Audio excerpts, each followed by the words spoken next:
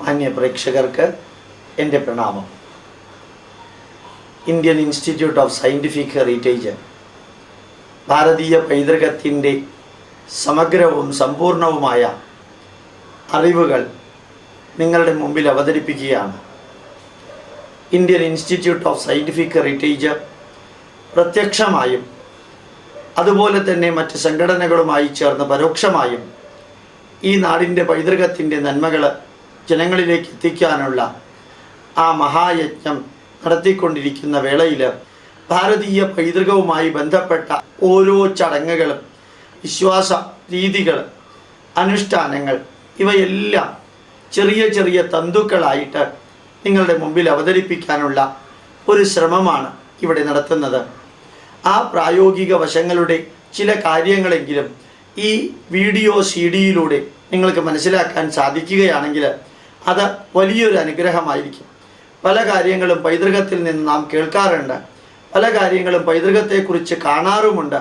പലപ്പോഴും ഇവയെല്ലാം നമുക്ക് ചിന്താവിഷയമാകാറുമുണ്ട്. ആ ചിന്തയ്ക്ക് ആധാരമായ അറിവുകൾ നാം നേരിട്ട് കാണുകയും അതിൻ്റെ വിശകലനം അറിയുകയും ചെയ്യുമ്പോൾ സത്യവും വസ്തുതയും എന്താണെന്ന് അറിയാൻ നമുക്ക് വലിയൊരു അവസരം ലഭിക്കുന്നു. പൈതൃകത്തിൻ്റെ ഓരോ അംശവും പ്രത്യക്ഷമായി കണ്ടുകൊണ്ട് അത് പഠിക്കാൻ ശ്രമിക്കുമ്പോഴാണ് വസ്തുതകൾ നമുക്ക് മനസ്സിലാക്കാൻ സാധിക്കുക. അതുകൊണ്ട് നാം ഭാരതീയ പൈതൃകത്തിൻ്റെ പുരാതനമോ ആധുനികമായോ ഏത് വശങ്ങളെക്കുറിച്ച് പഠിക്കുമ്പോഴും, പഠിക്കാൻ ശ്രമിക്കുമ്പോഴും, പഠിപ്പിക്കുമ്പോഴും, പ്രചരിപ്പിക്കുമ്പോഴും അതിൽ അന്ധവിശ്വാസങ്ങളും ദുരാചാരങ്ങളും ഉണ്ടാകാതെ അവയുടെ വസ്തുതകൾ മനസ്സിലാക്കാനും മനസ്സിലാക്കിപ്പിക്കാനുമുള്ള ഒരു ശ്രമം നടത്തണം. അതല്ലാതെ വസ്തുതകൾ മാത്രം കേട്ട് മനസ്സിനകത്ത് ഉണ്ടാകുന്ന ചിന്തകൾ ചിറകടിച്ചുയർന്ന് അന്ധവിശ്വാസങ്ങളിലും ദുരാചാരങ്ങളിലും എത്താൻ അവസരമുണ്ടാകുന്ന ഒരു കാലഘട്ടത്തിൽ ജീവിക്കുന്ന നമുക്ക് സത്യത്തിൻ്റെയും ശാസ്ത്രത്തിൻ്റെയും യുക്തിയുടെയും ബുദ്ധിയുടെയും അടിസ്ഥാനത്തിൽ ഭാരതീയ പൈതൃകം പഠിക്കാനും പഠിപ്പിക്കാനും മനസ്സിലാക്കാനും ഉൾക്കൊള്ളാനുമുള്ള ഒരവസരം ലഭിക്കുന്ന വീഡിയോ CD-യുടെ ഒരു പരമ്പരയാണ് ഇന്ത്യൻ ഇൻസ്റ്റിറ്റ്യൂട്ട് ഓഫ് സയൻറ്റിഫിക് ഹെറിറ്റേജിൻ്റെ പ്രവർത്തകർ നിങ്ങളുടെ മുമ്പിൽ സമർപ്പിക്കുന്നത്.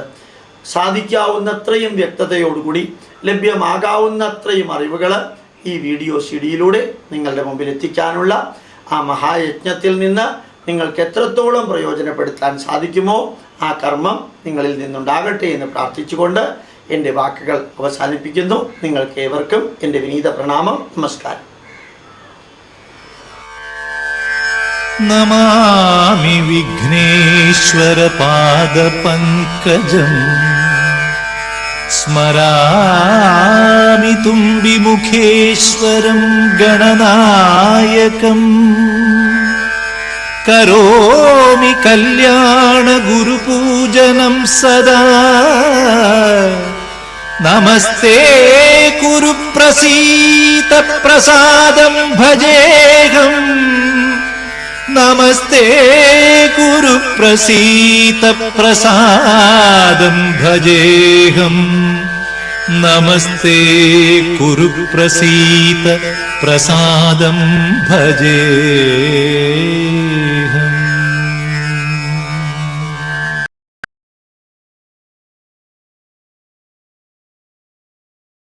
മംഗള ഗണപതി നിന്തിരുപദ തളിരിണ പണിയുന്നേ സന്തതമുണരുക. മംഗള ഗണപതി നിന്തിരുപദ തളിരിണ പണിയുന്നേ അടിയനു പകരണം അടിമലരിലെ അമൃതം ഗണപതി അമൃതം ഗണപതി സന്തതമുണരുക. മംഗള ഗണപതി നിന്തിരു പരളിന പണിയുന്നേ അടിയനു പകരണ അടിമലരിലെ അമൃതം ഗണപതി അമൃതം ഗണപതി സന്തതമുണരുക. മംഗള ഗണപതി നിന്തിരു പരളിന പണിയുന്നേ അടിയനു പകരണ അടിമലരിലെ അമൃതം ഗണപതി അമൃതം ഗണപതി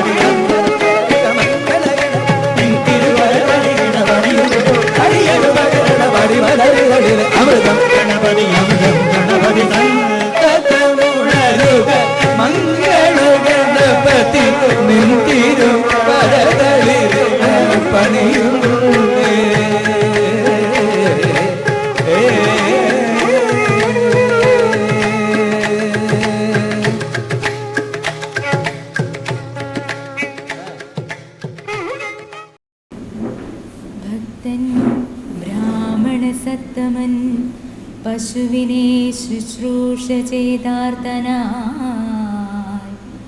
പ്രാർത്ഥിച്ചെന്നു കുളമ്പു തീർത്ത കുഴിയിൽ തീർത്ഥം നിറച്ചേകിയും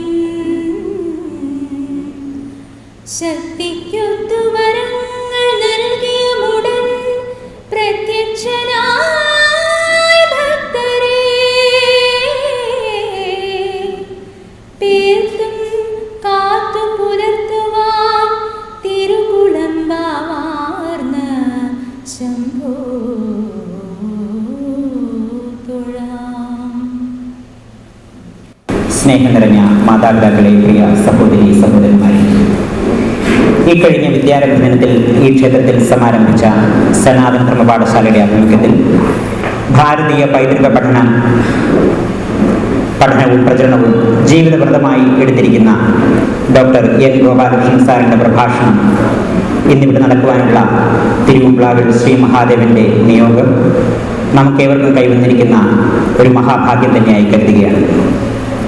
നമ്മുടെ ക്ഷണം സ്വീകരിച്ച് ഇന്നിവിടെ എത്തിച്ചേർന്നിരിക്കുന്ന ഡോക്ടർ എൻ ഗോപാലകൃഷ്ണൻ സാറിനും ഇന്ത്യൻ ഇൻസ്റ്റിറ്റ്യൂട്ട് ഓഫ് സയന്റിഫിക് ഹെറിറ്റേജിൻ്റെ എല്ലാ പ്രവർത്തകർക്കും ഈ ദേവസ്വത്തിൻ്റെ പേരിലും നിങ്ങൾ ഓരോരുത്തരുടെ പേരിലും ഹാർദമായ സ്വാഗതം ആശംസിച്ചുകൊള്ളുന്നു.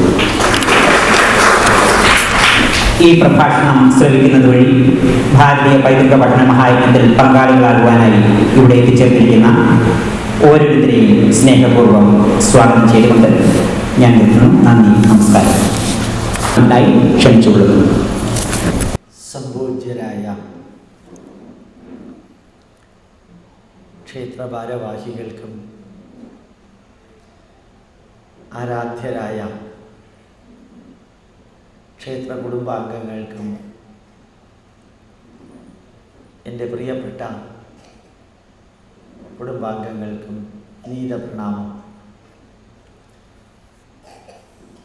നിങ്ങൾ ധാരാളം പ്രഭാഷണങ്ങൾ കേട്ടിരിക്കും. ധാരാളം പ്രഭാഷണങ്ങൾ ക്ഷേത്രങ്ങളിലും മാധ്യമങ്ങളിലും എല്ലാം വരാറുണ്ട്.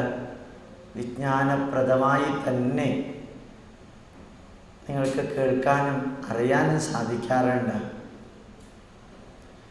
അതിൽ നിന്ന് കുറച്ച് വ്യത്യസ്തമായിട്ട്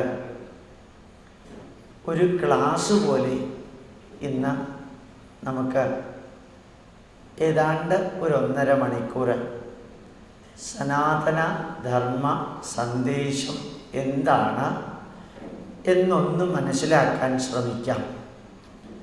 ഇതൊരു പ്രഭാഷണമല്ല, ഇത് ജസ്റ്റ് ഒരു ക്ലാസ്. നമ്മൾക്ക് നമ്മുടെ ഈ പൈതൃകത്തെക്കുറിച്ച്, സനാതനധർമ്മം എന്ന വാക്കിനെക്കുറിച്ച്, ഹിന്ദു എന്ന വാക്ക് അതിനെക്കുറിച്ച്, മറ്റ് 9 മതങ്ങൾ ഉള്ളതിൽ 8 മതവും 9ാമത്തെ ഈ ധർമ്മവും തമ്മിലുള്ള വ്യത്യാസം എന്താണ് എന്നുള്ളതിനെക്കുറിച്ചും ഒരു വിശകലനമാണ്. ആ വിശകലനം നമ്മുടെ മനസ്സിൻ്റെ ഉള്ളിലേക്ക് പോകേണ്ടതാണ്.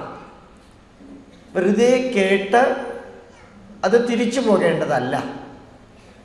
ഇന്നുവരെയും മനസ്സിലാക്കാൻ സാധിക്കാത്ത പോയിന്റുകൾ പദാനുപദം മനസ്സിലാക്കാനുള്ള ഒരു ശ്രമം. ഒന്നാമത്തെ പോയിന്റ്, എന്ത് ഈ ഹിന്ദു എന്ന വാക്കിൻ്റെ അർത്ഥം? ഹിമാലയം സമാരഭ്യ യാവത് ഇന്ദുസരോവരം തം ദേവനിർമ്മിതം ദേശം ഹിന്ദുസ്ഥാനം പ്രചക്ഷതി. എല്ലാവർക്കും മനസ്സിലാക്കാൻ പറ്റുന്ന സംസ്കൃതമാണ്. ഹിമാലയം സമാരഭ്യ, ഹിമാലയത്തിൽ നിന്ന് ആരംഭിച്ച് യാവത് ഇന്ദുസരോവരം, ഇന്ത്യൻ ഓഷ്യൻ വരെയുള്ള ദേവനിർമ്മിതം ദേശം, സാക്ഷാൽ ഈശ്വരനാൽ സൃഷ്ടിക്കപ്പെട്ട ദേശത്തെയാണ് ഹിന്ദുസ്ഥാനം പ്രചക്ഷത്തെ, ഹിന്ദുസ്ഥാനം എന്ന് പറയുന്നത്. അപ്പോൾ ഹിന്ദുസ്ഥാനത്തിൻ്റെ ഡെഫനിഷനായി 2300-2500 വർഷങ്ങൾക്ക് മുൻപ് വിഷ്ണു പുരാണത്തിലും പത്മപുരാണത്തിലും നൽകിയിരിക്കുന്ന വരിയാണ് ഇത്. ഇനി അടുത്ത വരി നോക്കാം. ആ സിന്ധോ സിന്ധുപര്യന്തം യസ്യ ഭാരതഭൂമികാഃ മാതൃഭൂഃ പിതൃഭൂശ്ചൈവ സഹ വൈ ഹിന്ദു ഇതി സ്മൃത. സപ്തസിന്ധുക്കൾ അവിടെ മുതൽക്ക് ആരംഭിച്ച് ഇന്ത്യൻ മഹാസമുദ്രം വരെയുള്ള ഈ രാഷ്ട്രത്തെ മാതൃഭൂമിയായിട്ടും പിതൃഭൂമിയായിട്ടും മദർലാൻഡ് ആൻഡ് ഫാദർലാൻഡ് ചില പുരാണത്തിൽ മാറ്റി എഴുതാറുണ്ട്. നമ്മുടെ ഭാരതഭൂമിയെ പിതൃഭൂമി എന്ന് പറയാറില്ല. അമേരിക്കക്കാർ അമേരിക്കയെയും ഇംഗ്ലണ്ടുകാർ ഇംഗ്ലണ്ടിനെയും പറയുന്നത് ഫാദർലാൻഡ് എന്നാണ്. നമ്മുടെ നാടിനെ പുരുഷനായിട്ട് കാണാറില്ല. അതുകൊണ്ടാണ് നമ്മൾ രാഷ്ട്രപതി എന്ന് പറയുന്നത്. രാഷ്ട്രത്തിൻ്റെ ഭർത്താവ് രാഷ്ട്രപതി എന്ന് പറയുന്നത്. അപ്പം ശരിക്കും രാഷ്ട്രം സ്ത്രീയാണ്. അപ്പം എന്താ നമ്മൾ പറയുക? മാതൃഭൂ പുണ്യഭൂശ്ചൈവ. മദർലാൻഡ് ആൻഡ് ഹോളി ലാൻഡ് ആയിട്ട് ആരെല്ലാമാണോ ഈ രാഷ്ട്രത്തെ കണക്കാക്കുന്നത് അവരെയാണ് ഹിന്ദുക്കൾ എന്ന് പറയുന്നത്. അപ്പം ഹിന്ദു എന്ന പദം ഒരു കാരണവശാലും ഒരു മതത്തിൻ്റേതല്ല. It has got absolutely nothing to do with a religion. ഒന്നുമില്ല. ഹിന്ദു എന്ന പദം ഈ രാഷ്ട്രത്തെ ആരെല്ലാം motherland or fatherland or holy land ആയിട്ട് കണക്കാക്കുന്നു, they are all known as Hindus. ഇനി സനാതനധർമ്മം എന്ന വാക്ക് എന്താ? ഈ സനാതനം എന്ന വാക്കിൻ്റെ അർത്ഥം ചിരപുരാതനം പ്ലസ് നിത്യനൂതനം ഈസ് ഈക്വൽ ടു സനാതനം. ചിരപുരാതനം ഓൾഡർ ദാൻ ദി ഓൾഡസ്റ്റ്, നിത്യനൂതനം എവർ നോവൽ, ഏറ്റവും പഴക്കം ചെന്നത്, എന്നും നവീനമായിട്ടുള്ളത്. അതിന് പറയുന്ന പേരാണ് സനാതനം. ഭഗവത്ഗീതയിൽ സനാതനം എന്ന വാക്കിന് തന്നെ ഒരു ഡെഫനിഷൻ ഉണ്ട്. ഭഗവത്ഗീതയിൽ സനാതനം എന്ന വാക്കിന് ഒരു ഡെഫനിഷൻ ഉണ്ട്. അച്ഛേദ്യോയം അദാഹ്യോയം അക്ലേദ്യോ ശോഷ്യ ഏവച നിത്യം സർവഗതം സ്ഥാണു അചലോയം സനാതന. ആയുധം കൊണ്ട് മുറിച്ച് ഇല്ലാതെയാക്കാൻ പറ്റാത്തത്, അഗ്നി കൊണ്ട് ദഹിപ്പിച്ച് ഇല്ലാതെയാക്കാൻ പറ്റാത്തത്, വായു കൊണ്ട് നശിപ്പിക്കാൻ പറ്റാത്തത്, ജലം കൊണ്ട് നശിപ്പിക്കാൻ പറ്റാത്തത്, സ്ഥിരമായിട്ടുള്ളത്, അചഞ്ചലമായിട്ടുള്ളത്, എല്ലാത്തിലുമുള്ളത്, എക്കാലവുമുള്ളത് ഏതാണോ അതാണ് സനാതനം. അച്ഛേദ്യോയമദാഹ്യോയം അക്ലേദ്യോ ശോഷ്യ ഏവച നിത്യം സർവഗതസ്ഥാണു അചലോയം സനാതന. ഇതാണ് സനാതനം എന്ന വാക്ക്. എവർ ലാസ്റ്റിംഗ്, എന്നുള്ളതാണ്.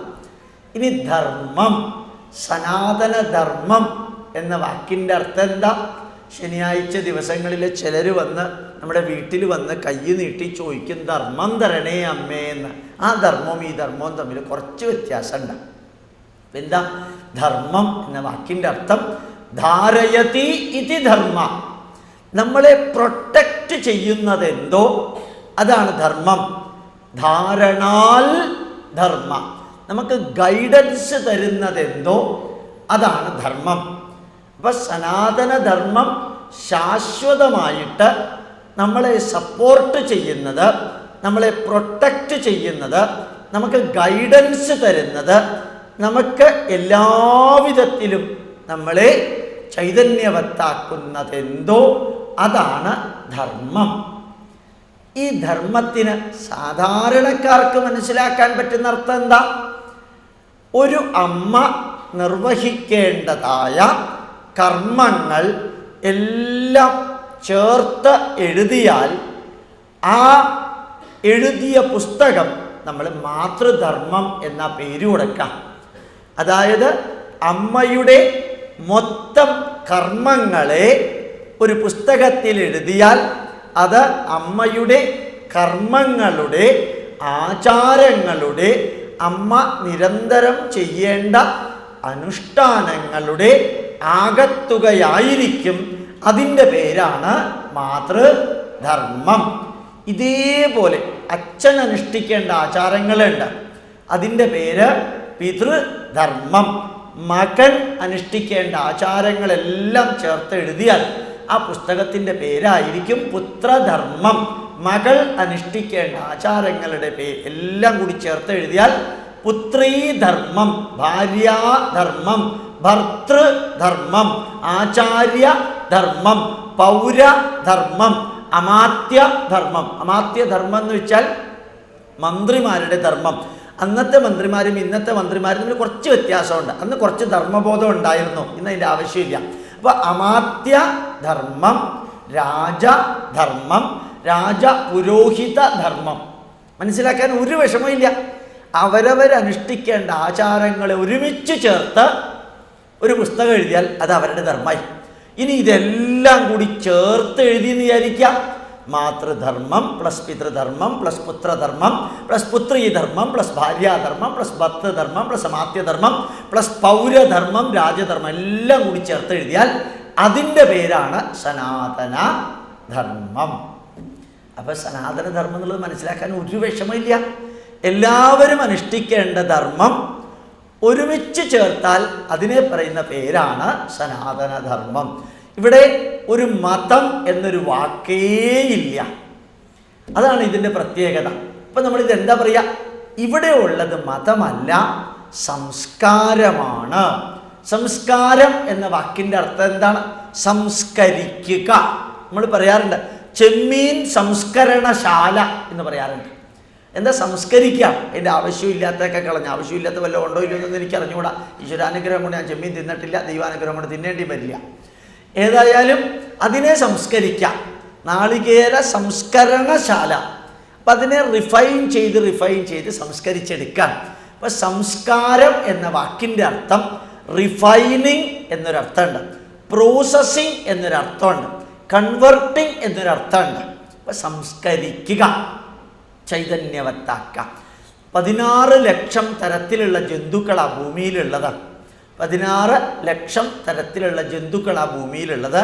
അതിൽ ഒരു ജന്തുവാണ് മനുഷ്യൻ. ഞാനും നിങ്ങളും ഒരൊറ്റ ജന്തുവാണ്. അത് കാട്ടിക്കൂട്ടുന്ന കോപ്രായ അറിയാമല്ലോ. എന്നാൽ ഒരു ജന്തുവാണ് നമ്മൾ. അപ്പം നമ്മളിലും മൃഗീയ വാസനകളുണ്ട്. മൃഗതുല്യമായ അൺറിഫൈൻഡ് ആയിട്ടുള്ള പല വാസനകളും നമ്മളിലുണ്ട്.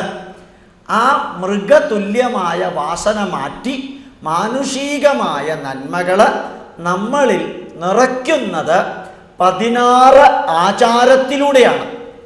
അതിനാണ് ഷോഡശ കർമ്മം എന്ന് പറയാം. 16 ആചാരം, 16 സാക്രമെൻ്റ് എന്ന് ഇംഗ്ലീഷിൽ പറയും. 16 സാക്രമെൻസ്, ഷോഡശ കർമ്മങ്ങൾ. ഗർഭാധാനം മുതൽക്ക്, ഗർഭാധാനം എന്ന് പറഞ്ഞാൽ നമ്മൾ തമാശിനോ കാര്യത്തിനോ ചിലപ്പോൾ പറയാറുണ്ട്, എനിക്ക് 2 കുട്ടികളെ ദൈവം തന്നു എന്നാണ് പറയുക. മുസ്ലിങ്ങളോട് ചോദിച്ചാൽ അള്ളാഹു ഇങ്ങനെ തരണുണ്ട്, ഞങ്ങളിങ്ങനെ മേടിക്കണുണ്ട്. എത്രയായി? 12ആയി. അത് അള്ളാഹു തരികയെന്ന ധാരണ. ഇന്ത്യയിൽ ഈ കുട്ടികളെ ഈശ്വരൻ തരുന്നതല്ല. ഇന്ത്യയിൽ നമ്മൾ കുട്ടികളെ ഉണ്ടാക്കുകയാണ്. We are making them. അതുകൊണ്ടാണ് ഗർഭാധാനം ചടങ്ങാണ് അവിടെ. ഗർഭാധാനം അറിയാതെ ഉണ്ടാവുന്നതല്ല. അതായത് നല്ല സമയം, നല്ല ആരോഗ്യം, നല്ല മനസ്സ്, നല്ല കാലാവസ്ഥ, നല്ല നക്ഷത്രം, നല്ലത് നോക്കി we are making our child. ഗർഭാധാനം സയൻറ്റിഫിക്കലി ദാറ്റ് ഈസ് കറക്റ്റ്. തോന്നിയ മാതിരി ഉണ്ടാവുന്നതല്ല കുട്ടികളെ, ഉണ്ടാകേണ്ടതല്ല കുട്ടികളെ, ഉണ്ടാക്കേണ്ടതാണ് കുട്ടികളെ. അപ്പം ഗർഭാധാനം മുതൽക്ക് അന്ത്യത്തിൽ വിറകിൻ്റെ മുകളിൽ കിടത്തി മൂത്ത മകൻ നമ്മളുടെ ചിതയ്ക്ക് അഗ്നി കൊളുത്തി കത്തിച്ചാമ്പലായി 16 അടിയന്തരം കഴിയുന്നത് വരെ ചെയ്യുന്ന കർമ്മങ്ങളാണ് ഷോഡശ കർമ്മങ്ങൾ.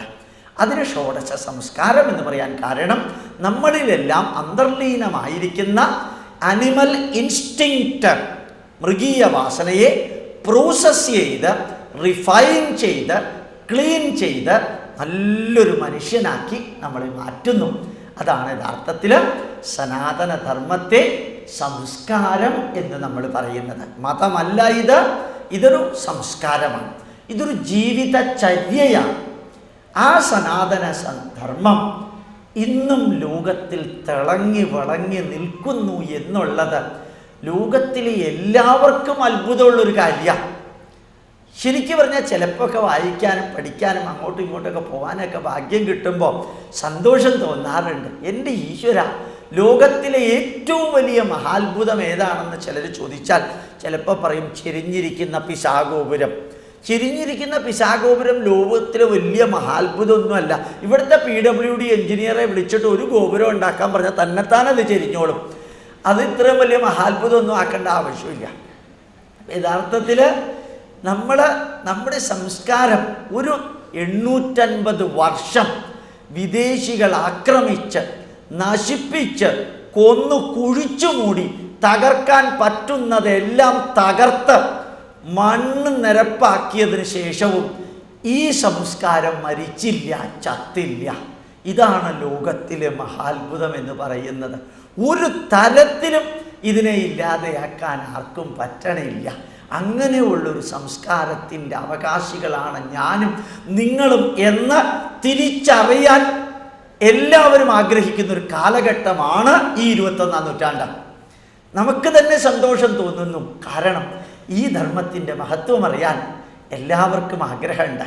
അപ്പം നമ്മളുടെ സനാതനധർമ്മം ഒരു ജീവിതചര്യയാണ്. That is the way of life. It has got nothing to do with religion. മതമല്ല. യേശുക്രിസ്തു പറഞ്ഞ അഭിപ്രായം ക്രിസ്തുമതം. ഗബ്രിയേൽ എന്ന മാലാഖ ഉപദേശിച്ചു കൊടുത്തു എന്ന് മുഹമ്മദ് നബിക്ക് തോന്നിയത് മുഹമ്മദ് നബി മറ്റൊരാളോട് പറഞ്ഞ് എഴുതിച്ചു. അത് അദ്ദേഹത്തിൻ്റെ അഭിപ്രായം ഖുറാനിൽ വന്നു. ബുദ്ധൻ പറഞ്ഞത് ബുദ്ധൻ്റെ അഭിപ്രായം ബുദ്ധമതം. ജിനൻ പറഞ്ഞത് അദ്ദേഹത്തിൻ്റെ അഭിപ്രായം ജൈനമതം. ഹരിഗോവിന്ദ സിംഗും ഗുരുനാനാക്കും പറഞ്ഞ 10 കൽപ്പനകൾ, 10 സന്ദേശങ്ങൾ, അത് സിഖ് മതം ഒപ്പീനിയൻ, റിലീജിയൻ. ഇത് ഹിന്ദു മതമല്ല. കാരണം ഹിന്ദു എന്ന് പറഞ്ഞ ഒരാൾ പറഞ്ഞ കാര്യമല്ല ഇതിനകത്തുള്ളത്. ആയിരക്കണക്കിന് ഋഷിവര്യന്മാര് ആയിരക്കണക്കിന് വർഷങ്ങളായി ആയിരക്കണക്കിന് ഗ്രന്ഥങ്ങളിലൂടെ മാനവരാശിക്ക് നൽകിയിരിക്കുന്ന അറിവുകളുടെ കൂമ്പാരമാണ് സനാതനധർമ്മം. മനസ്സിലായില്ലല്ലോ അല്ലേ? സാരമില്ല. ഒരൊറ്റ പുസ്തകത്തിലൂടെയാണ് ഈ ക്രിസ്ത്യാനികൾക്ക് വേണ്ടതൊക്കെ കൊടുത്തത്, ബൈബിള്. ഒറ്റ പുസ്തകത്തിലൂടെയാണ് മുസ്ലിങ്ങൾക്ക് വേണ്ടത് കൊടുത്തത്, ഖുറാൻ. എല്ലാ മതത്തിനും ഒറ്റ പുസ്തകമേ ഉള്ളൂ. നമുക്ക് എത്ര പുസ്തകം ഉണ്ടെന്ന് ചോദിച്ചാൽ 1280 പുസ്തകങ്ങൾ, അതിന് 10,000 വ്യാഖ്യാനങ്ങൾ, അത് സംസ്കൃതത്തിൽ. അതിന് 100,000-ഓളം ഉപാഖ്യാനങ്ങൾ, sub commentaries in non Sanskrit languages. Sanskrit അല്ലാത്ത ലാംഗ്വേജിൽ 1280 foundation literature plus 10,000 commentaries plus 1,00,000 sub commentaries. ഇതാണ് സനാതനധർമ്മത്തിൻ്റെ അടിസ്ഥാനം. ഇതാരാ എഴുതിയത്? ആയിരക്കണക്കിന് ഋഷീശ്വരന്മാർ. എന്നാ ഇത് എഴുതിയത്? BC 8275 മുതൽക്ക് BC 8275 മുതൽക്ക് എഴുതാൻ തുടങ്ങി. 2007 ഡിസംബർ മാസം 9-ാം തീയതിയും എഴുതിക്കൊണ്ടേയിരിക്കുകയാണ്. Present continuous ടെൻസാണ്. അത് നിൽക്കില്ല. കാരണം സനാതനം. എന്തിനാ ഇത്രയധികം ഗ്രന്ഥങ്ങൾ എഴുതിയത് എന്ന് ആരെങ്കിലും ചോദിക്കാറുണ്ടോ? ഒറ്റ ആൾ ചോദിക്കില്ല. എന്താ കാരണം? അത് ചോദിച്ചിട്ട് വലിയ പ്രയോജനമില്ല. അടുത്ത ബസ് കയറി വീട്ടിൽ പോയാൽ നേരത്തെ എത്താം. അത് ആരും ചോദിക്കാറില്ല. എന്തിനാ ഇത്രയും ഗ്രന്ഥങ്ങൾ എഴുതിയത്? ഒരു ഗ്രന്ഥത്തിലൂടെ മാനവരാശിക്ക് ആവശ്യമായ എല്ലാ അറിവുകളും കൊടുക്കാൻ സാധ്യമല്ലെന്ന് ഭാരതീയർക്കറിയാമായിരുന്നു. ഒരു ഗ്രന്ഥത്തിലൂടെ മാനവരാശിക്ക് ആവശ്യമായ എല്ലാ അറിവുകളും കൊടുക്കാൻ സാധ്യമല്ല എന്ന് ഭാരതീയർക്കറിയാമായിരുന്നത് കൊണ്ടാണ് ആയിരക്കണക്കിന് ഗ്രന്ഥങ്ങൾ നമ്മൾ എഴുതിയത്. ആരാ ഇതെഴുതിയത്? ആയിരക്കണക്കിന് ഋഷീശ്വരന്മാർ. അപ്പോൾ ആരാ ഖുർആൻ എഴുതിയത്? മുഹമ്മദ് നബി പറഞ്ഞു കൊടുത്തത് എഴുതി. ആരാണ് ബൈബിൾ എഴുതിയത്? പോള്, ലൂക്ക്, മാർട്ടിൻ, മാത്യൂസ്, 4 പേരാണ് എഴുതിയത്. എന്നാണ് എഴുതിയത്? AD 273. എന്നാണ് ഖുർആൻ എഴുതിയത്? AD 783. അപ്പം ഇതെഴുതിയത് എന്നാണ്? BC 1275 മുതൽക്ക്. ആരാ എഴുതിയത്? ആയിരക്കണക്കിന് ഋഷീശ്വരന്മാർ. എന്തിനായി ഇത്രയും പേരെഴുതിയത്? ഒരാൾ വിചാരിച്ചാൽ മനുഷ്യന് ആവശ്യമായിട്ടുള്ള എല്ലാ അറിവും കൊടുക്കാൻ സാധ്യമല്ലെന്ന് ഭാരതീയർക്കറിയാമായിരുന്നു. അർത്ഥം മനസ്സിലാവുന്നുണ്ട്? മനസ്സിലാക്കാൻ ബുദ്ധിമുട്ടുണ്ടോ ഞാൻ പറയുന്നത്? വിഷയത്തിൻ്റെ ഇൻറ്റൻസിറ്റി താഴ്ത്തണോ? നിങ്ങൾക്ക് മനസ്സിലാവുന്നില്ല എന്നൊരു വേവ്സ് എനിക്ക് കിട്ടുന്നുണ്ട്. അങ്ങനെയുണ്ടോ? ഉണ്ട്. ഉറപ്പ് പുറകിലുണ്ട്. മിഡിൽ ബുദ്ധിമുട്ടുണ്ടോ? എനിക്ക് കിട്ടുന്ന വേവ്സ് നിങ്ങൾക്ക് മനസ്സിലാവുന്നില്ല എന്നുള്ളതാണ്. സ്പീഡ് കൂടുന്നുണ്ടോ? ഇല്ല. വിഷയം മാറ്റണോ? വേണ്ട. ഇനി പതുക്കെ പറയാം, കുറച്ചുകൂടി ഇൻറ്റൻസിറ്റി കുറയ്ക്കാം. അപ്പോൾ ഒരു പുസ്തകത്തിൽ എഴുതിയാൽ എല്ലാ അറിവും അതിനകത്ത് ഉൾപ്പെടുത്താൻ സാധ്യമല്ല. അതുകൊണ്ട് നമ്മൾ അനേകം പുസ്തകങ്ങൾ എഴുതി. ഒരാൾ വിചാരിച്ചാൽ എല്ലാ അറിവുകളും നൽകാൻ സാധ്യമല്ല എന്ന് ഭാരതീയർക്കറിയാമായിരുന്നു. അതുകൊണ്ട് ആയിരക്കണക്കിന് ഋഷീശ്വരന്മാർ അതെഴുതി. ഏത് കാലഘട്ടത്തിലാണ് ഇതെഴുതിയത്? അത് ഞാൻ കുറച്ചു മുമ്പ് പറയേണ്ടേ. ആയിരക്കണക്കിന് വർഷങ്ങളായിട്ട് നമ്മളുടെ ഗ്രന്ഥങ്ങൾ ഇങ്ങനെ എഴുതിക്കൊണ്ടിരിക്കുക. എന്താ ഇങ്ങനെ എഴുതിക്കൊണ്ടിരിക്കാൻ കാരണം? ഒരു കാലഘട്ടത്തിൽ എഴുതിയ ഗ്രന്ഥം എല്ലാ കാലഘട്ടത്തിലേക്കും ഒരുപോലെ ആപ്ലിക്കബിൾ ആവില്ല. 1950 ജനുവരി മാസം 26-ാം തീയതിയാണ് നമ്മുടെ ഭരണഘടന അംഗീകരിച്ചത്. 1950 ജനുവരി മാസം 26-ാം തീയതി നമ്മുടെ ഭരണഘടന അംഗീകരിച്ചു. അതിനുശേഷം 100 കണക്കിന് അമെൻഡ്മെൻറ്റുകൾ അത് വരുത്തി കഴിഞ്ഞു. നമ്മൾ 10,000-കണക്കിന് പേജുകൾ ഭരണഘടനയിൽ ചേർത്ത് കഴിഞ്ഞു. 10,000-കണക്കിന് ഐറ്റങ്ങൾ തിരുത്തി കഴിഞ്ഞു. എന്തുകൊണ്ടാണ് ഈ 1950 എഴുതിയതുപോലും ഇത്ര തിരുത്തൽ വേണ്ടി വന്നത്? ഒരു പ്രത്യേക കാലഘട്ടത്തിൽ എഴുതിയത് എല്ലാ കാലഘട്ടത്തിലേക്കും ആപ്ലിക്കബിൾ ആവില്ല. അപ്പം മാറ്റങ്ങൾ വരുത്തണം. അതുകൊണ്ടാണ് നമ്മളുടെ ഗ്രന്ഥങ്ങൾ നിരന്തരം എഴുതിക്കൊണ്ടിരിക്കുന്നത്. അപ്പോൾ ഇതിൽ മാറ്റം നല്ല മാറ്റേണ്ട പല ഗ്രന്ഥത്തിലും. എന്താ അതിൻ്റെ അർത്ഥം? വാൽമീകി രാമായണം എഴുതിയ മാതിരിയല്ല തമിഴ്നാട്ടിൽ കമ്പർ രാമായണം എഴുതിയത്. കമ്പർ രാമായണം എഴുതിയ മാതിരിയല്ല ഹിന്ദിയിലെ തുളസീദാസ രാമായണം എഴുതിയത്. തുളസീദാസൻ രാമായണം എഴുതിയ മാതിരിയല്ല തുഞ്ചത്ത് എഴുത്തച്ഛൻ രാമായണം എഴുതിയത്. ഓരോ രാമായണവും വ്യത്യാസമുണ്ട്. എന്താ കാരണം? നമ്മൾ രാമായണത്തിൽ addition, deletion, modification and corrections വരുത്തി. നമ്മൾ രാമായണത്തിൽ എന്ത് ചെയ്തു? കുറേ കാര്യങ്ങൾ ആഡ് ചെയ്തു, കുറേ കാര്യങ്ങൾ ഡിലീറ്റ് ചെയ്തു, കുറേ കാര്യങ്ങൾ മോഡിഫൈ ചെയ്തു, കുറേ കാര്യങ്ങൾ കറക്റ്റ് ചെയ്തു. അപ്പം നമ്മുടെ നാട്ടിൽ മാത്രം ഈ addition, deletion, modification and corrections വരുത്താൻ സ്വാതന്ത്ര്യം നൽകിയിരുന്നത്. അതുകൊണ്ടാണ് ഈ സംസ്കാരം മരിക്കാതിരിക്കുന്നത്. നല്ലത് എവിടെയുണ്ടെങ്കിലും സ്വീകരിക്കാൻ നമ്മുടെ പൂർവികർ പറഞ്ഞു. ആനോ ഭദ്രാഹ കൃതവോ യന്തു വിശ്വതഃ. Let noble thoughts come towards us from all over the world. ലോകത്തിലെല്ലായിടത്തു നിന്നും നന്മ നിറഞ്ഞ ചിന്താധാരകൾ നമ്മളിലേക്ക് വന്നു ചേരട്ടെ എന്ന് നമ്മൾ പ്രാർത്ഥിച്ചു. ഏതിലും ഖുറാനിൽ നല്ലതുണ്ടെങ്കിൽ അതിങ്ങോട്ട് വരട്ടെ, ബൈബിളിൽ നല്ലതുണ്ടെങ്കിൽ അതും വന്നോട്ടെ, കുഴപ്പമില്ല. മാർക്സിസ്റ്റ് പാർട്ടിക്കകത്ത് നല്ലതുണ്ടെങ്കിൽ അതും നമുക്കെടുക്കാം. അമേരിക്കയിൽ നല്ലതുണ്ടെങ്കിൽ അതും എടുക്കാം. ചൈനയിലോ റഷ്യയിലോ അല്ലെങ്കിൽ ഉസ്ബെക്കിസ്ഥാനിലോ എന്തെങ്കിലുമൊക്കെ നല്ലതുണ്ടെങ്കിൽ അത് എടുക്കാം. അത് ഹിന്ദിയിലുണ്ടെങ്കിൽ എടുക്കാം, ഇംഗ്ലീഷിലുണ്ടെങ്കിൽ എടുക്കാം, ജർമ്മനിയിലുണ്ടെങ്കിൽ എടുക്കാം, ഏത് രാജ്യത്തുണ്ടെങ്കിലും എടുക്കാം. കാരണം ഏത് രാജ്യത്തിൽ, ഏത് ഭാഷയിൽ, ഏത് മതക്കാർ, ഏത് ഗ്രന്ഥത്തിൽ, ഏത് കാലഘട്ടത്തിൽ, എങ്ങനെയെല്ലാം പറഞ്ഞതിൽ നല്ലതുണ്ടെങ്കിൽ എടുക്കാൻ സ്വാതന്ത്ര്യം നൽകിയ ലോകത്തിലെ ഒരേ ഒരു രാഷ്ട്രമാണ് ഭാരതം. അതാണ് ഭാരതീയ സംസ്കാരം മരിക്കാത്തത്. 49 സംസ്കാര ലോകത്തിലുണ്ടായിരുന്നത്. 49 cultures or civilization, of which 48 got wiped out. 48 സംസ്കാരങ്ങളും മണ്ണടിഞ്ഞു പോയി. ഇനി ഒരെണ്ണേ ഉള്ളൂ നമ്മുടെ സംസ്കാരം മാത്രം. ഇനി ഉറപ്പാ അത് മണ്ണടിയില്ല. ഇനി അഥവാ ഇന്ത്യ എന്ന് പോയാലും അമേരിക്ക പോയി പഠിക്കാം, ഉറപ്പാ. അപ്പോൾ യഥാർത്ഥത്തിൽ നമ്മളുടെ സംസ്കാരം മണ്ണടിയില്ല, അടിഞ്ഞിട്ടില്ല, അത്രയും അധികം ഇന്നും നിലനിൽക്കുന്നു എന്ന പ്രത്യേകത നമ്മുടെ സംസ്കാരത്തിൻ്റെതാണ്. അതിന് കാരണം നന്മ നിറഞ്ഞ അറിവുകൾ എവിടെ ഉണ്ടെങ്കിലും എടുക്കാൻ പറഞ്ഞു. നിങ്ങൾ പുട്ടവർത്തിയിൽ പോയിട്ടുണ്ടോ? നിങ്ങളിവിടെ സായിബാബയുടെ അടുത്ത് പോയിട്ടുണ്ടെങ്കിൽ കാണാം, കയറുമ്പോൾ തന്നെ ഗണപതിയുടെ അമ്പലത്തിൻ്റെ മുകളിൽ വെച്ചിരിക്കുന്ന കുരിശ, ഗണപതിയുടെ അമ്പലത്തിൻ്റെ മുകളിൽ വെച്ചിരിക്കുന്ന കുരിശ, അതിനോട് ചേർത്ത് വെച്ചിരിക്കുന്ന ചന്ദ്രക്കലയും നക്ഷത്രവും വെച്ചിട്ടുണ്ട്. അപ്പോൾ വിദേശത്ത് നിന്ന് വന്ന ക്രിസ്തു മതത്തിൻ്റെ ചിഹ്നം, വിദേശത്ത് നിന്ന് വന്ന ഇസ്ലാമിൻ്റെ ചിഹ്നം, വിദേശത്ത് നിന്ന് വന്ന ബൈബിള്, വിദേശത്ത് നിന്ന് വന്ന ഖുർആൻ സ്വീകരിക്കാൻ നമുക്ക് ഒരു വിഷമം ഉണ്ടായിരുന്നില്ല. നമുക്ക് ഒരു വിഷമവും ഇല്ല. നമ്മുടെ കൂട്ടത്തിൽ, ഗ്രന്ഥത്തിൻ്റെ കൂട്ടത്തിൽ ഒരു ബൈബിള് വെക്കാൻ ആർക്കെങ്കിലും വിഷമമുണ്ട്? ഒരു വിഷമവും ഇല്ല. വെറുതെ തരികയാണെങ്കിൽ 2 തന്നോളാൻ പറയും, നമുക്കൊരു പ്രശ്നമില്ല. ഖുർആൻ തരികയാണെങ്കിൽ വെറുതെ ആണെങ്കിൽ 2 or 3 വെച്ചേക്കാൻ പറയും. ഞാൻ വായിച്ചില്ലെങ്കിലും വെച്ചേക്കാകത്ത്, നമുക്കൊരു പ്രശ്നമില്ല.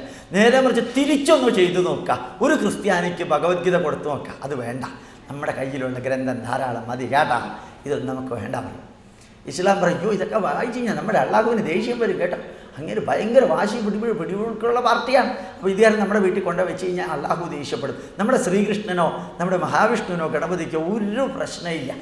അവരിയ്ക്കുന്നതിൻ്റെ മുകളിൽ കൊണ്ടുപോയിട്ട് ഒരു ബൈബിൾ വെച്ചാലും കൃഷ്ണന് വളരെ സന്തോഷം. നല്ലതാവണം, നന്നാവാനാണ് കൃഷ്ണൻ പറഞ്ഞില്ലേ. ബൈബിൾ വായിച്ച് നന്നാവുകയാണെങ്കിൽ നന്നാവും, ഒരു പ്രശ്നമില്ല നമുക്ക്.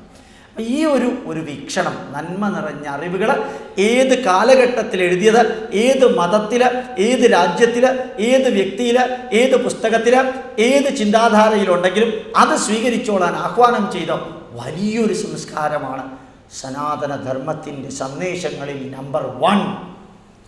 അതുമാത്രമല്ല, നമ്മൾ എന്തെല്ലാം സന്ദേശം നമ്മൾ തന്നിട്ടുണ്ടെങ്കിലും ഭഗവത്ഗീതയിൽ ശ്രീകൃഷ്ണൻ പറഞ്ഞൊരു വരിയുണ്ട് ലാസ്റ്റിൽ. ഭഗവത്ഗീത നിങ്ങൾ വായിച്ചിട്ടുണ്ട് എന്ന് ഞാൻ തെറ്റിദ്ധരിക്കുകയാണ്. ഏതായാലും അതിനകത്ത് ലാസ്റ്റ് പാർട്ടിൽ ഒരു വരി പറഞ്ഞിട്ടുണ്ട്, വിമൃശ്യേതദശേഷേണ യഥാ ഇച്ഛസി തഥാ കുരു. ഇത്ര ഭംഗിയായിട്ടാണ് പറയാം. ഹേ അർജുന, ഇതി തേ ജ്ഞാനമാഖ്യാതം, നിനക്ക് ഞാൻ അതിഗഹനമായ അറിവൊക്കെ പറഞ്ഞു തന്നു കഴിഞ്ഞു. ഇനി നീ എന്താ ചെയ്യേണ്ടത്? വിമൃശ്യ ഏതത് അശേഷേണ യഥാ ഇച്ഛസി തഥാ കുരു. വിമർശന ബുദ്ധിയാ വിശകലനം ചെയ്ത് നിനക്കേത് ശരിയെന്ന് തോന്നുന്നോ അത് ചെയ്യാം. ഈ ഒരു സ്വാതന്ത്ര്യം സനാതനധർമ്മം അനുവദിക്കുന്നുണ്ട്. ചിലപ്പോൾ ചിലരെന്നെ വിളിച്ച് പറയാറുണ്ട്, സാറേ ഞാനൊരു യുക്തിവാദിയാണ്, ദീർഘായുഷ്മാൻ ഭവ. നമുക്ക് ഒരു പ്രശ്നമില്ല, താൻ യുക്തിവാദിയിൽ നിന്ന് മാറേണ്ട കാര്യമൊന്നുമില്ല.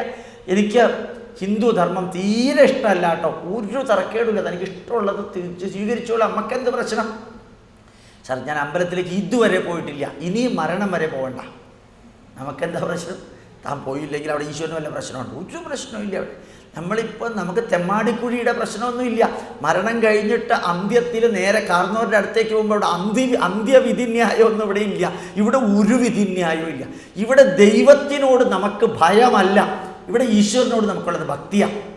മറ്റെല്ലാ മതത്തിനുള്ളത് ഭയമാണ്. ദൈവം MGR ചുട്ടുപോടുവെന്ന് പറഞ്ഞ മാതിരിയാണ്, പിസ്റ്റളും പിടിച്ചുകൊണ്ട് നിൽക്കാമെന്നാണ് അവരുടെയൊക്കെ ധാരണ. നമ്മുടെ ശ്രീകൃഷ്ണനും ശ്രീരാമനും ഈശ്വരനൊക്കെ കൂട്ടുകാരാണ്. ശരിക്കും പറഞ്ഞാൽ ഈ വിഗ്രഹത്തിലേക്ക് പൂജ നടത്തുന്ന പൂജാരിയെ ആവാഹിക്കുന്നത്, ഈശ്വരനെ കൊണ്ടുവരുന്നത് പൂജാരിയാണ്. ദേവീക്ഷേത്രത്തിൽ നോക്കിയാൽ, ദേവീക്ഷേത്രം ശിവജി ധ്യേയപഞ്ചമുഖോരുദ്ര സ്ഫടികാമലകാന്തിമാൻ വിദ്യുച്ഛുഭ്രസിതർജ ശ്യാമാന്യസ്യ മുഖാനിതോ ജലാവ വദ്യന്തുക പ്രിയായും നാഗഭൂഷണ എന്ന് പറഞ്ഞ ധ്യാനമന്ത്രം. ഭിഭ്രതോർഭികുടാരം മൃഗമഭയവരൗ സുപ്രസന്നോ മഹേഷ സർവാലങ്കാര ദീപ്ത സർദിച്ചു നിലയോ വ്യാഘ്രധർമാത്തവാസ ധ്യേയോ മുക്തപരാഗ മൃദരസകൃത ത്രിപ്രഭാ പഞ്ചവക്ത്ര ത്രക്ഷ കോടീര കോടീര ഗണിത തുഹിനരോ ജിഷ്കലാ തുംഗമൗലി. ധ്യാനമന്ത്രം ചൊല്ലിയിട്ട് വലത്തെ മൂക്കിക്കൂടെ അകത്തേക്ക് എടുത്ത് ഇടത്തെ മൂക്കിക്കൂടെ അക്ഷതത്തിൽ എടുത്തിട്ടാണ് നേരെ ശിവലിംഗത്തിൻ്റെ ചുവട്ടിലിട്ടിട്ട് 5 പ്രാവശ്യം 8 പ്രാവശ്യം മൂലമന്ത്രം ചൊല്ലിയിട്ട് അംഗന്യാസത്തോടു കൂടി നമ്മൾ ആവാഹിക്കുക. ഇത്ര ഭംഗിയായിട്ട് ഇടത്തെ കൈ നെഞ്ചത്ത് വെച്ചിട്ട് ബിംബത്തിൽ തൊട്ടിട്ട് ഒരു ഉഗ്രൻ സത്യപ്രതിജ്ഞയുണ്ട്. ശതതാരമുച്ചം അക്ഷീയമാണം വിവശ്ചിതം വിതരം വത്വാനാം മെളിമദന്തം പിത്രോർവസ്ഥേതം രോദസി വിവൃതം സത്യവാചം. ഈ ബിംബത്തിലേക്ക് എൻ്റെ ശരീരത്തിൽ നിന്ന് ഞാൻ ശിവചൈതന്യത്തെ ആവാഹിക്കുന്നു എന്ന് പറഞ്ഞിട്ടാ. ശരീരത്തിൽ നിന്ന് ഈശ്വരനെ ആവാഹിക്കുക. അപ്പോൾ നമുക്ക് ഈശ്വരനോട് എന്തിനാ ഭയം? നമുക്ക് ഈശ്വരനോട് ഭക്തിയാ, സ്നേഹ, ആദരവ, ബഹുമാന. അതാണ് നമുക്ക് ഉണ്ടാവുക. ഇതാണ് ഈ നാടിൻ്റെ പ്രത്യേകത. വിമർശന ബുദ്ധ്യാ വിശകലനം ചെയ്യാനുള്ള സ്വാതന്ത്ര്യം ഭാരതീയർക്ക് അനാദികാലം മുമ്പ് തന്നിരുന്നു. ഇത് സനാതനധർമ്മത്തിൻ്റെ സന്ദേശം. ബൈബിളിനകത്ത് ഒരു വരി ചേർക്കാനോ മാറ്റാനോ പെർമിഷനില്ല.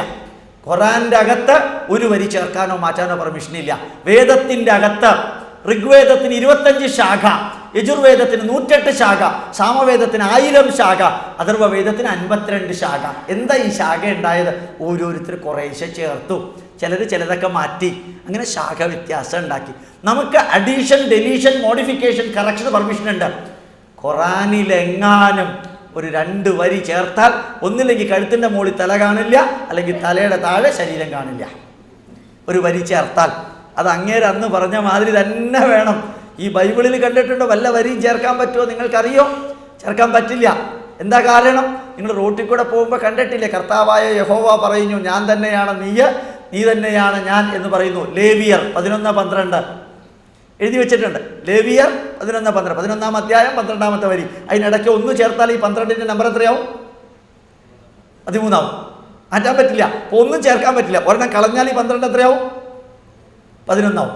അപ്പോൾ ഇത് ചേർക്കാനും പറ്റില്ല, കളയാനും പറ്റില്ല. കളഞ്ഞ നമ്പർ മാറും. ഈ നമ്പർ യൂണിവേഴ്സലായിരിക്കണമെങ്കിൽ ഒരൊറ്റ വരി അകത്തേക്ക് ചേർക്കരുത്, ഒറ്റ വരി കളയാനും പാടില്ല.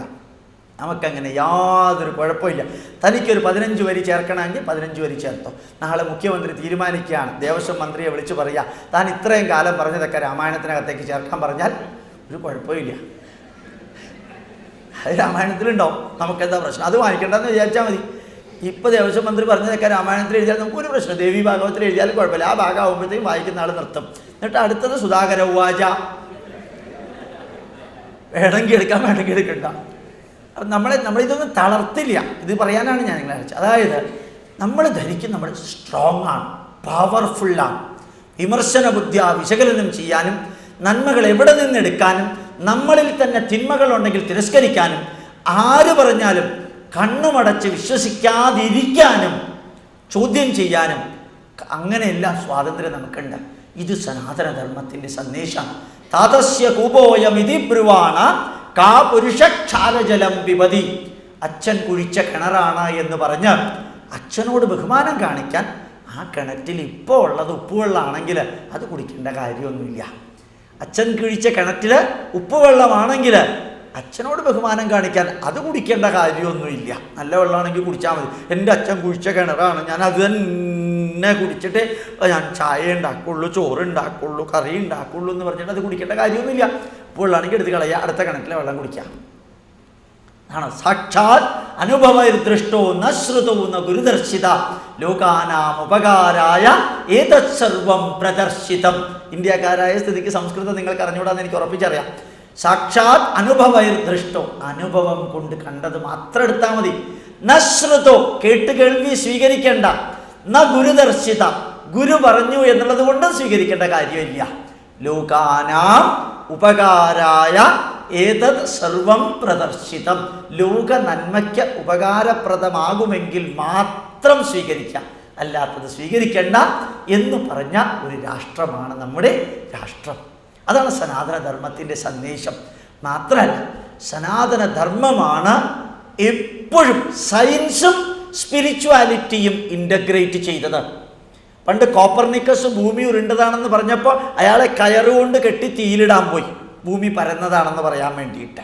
കുറച്ച് കഴിഞ്ഞപ്പോൾ പതുക്കെ പറഞ്ഞു ഉരുണ്ടതാണെന്ന്, ഉറക്കെ പറഞ്ഞു പരന്നതാണ്. അല്ലാതെ രക്ഷപ്പെടണ്ടേ. ഗലീലിയോ എന്തോ പറഞ്ഞപ്പോൾ അയാളെ കൊണ്ട് മാപ്പ് പറയിപ്പിച്ചു.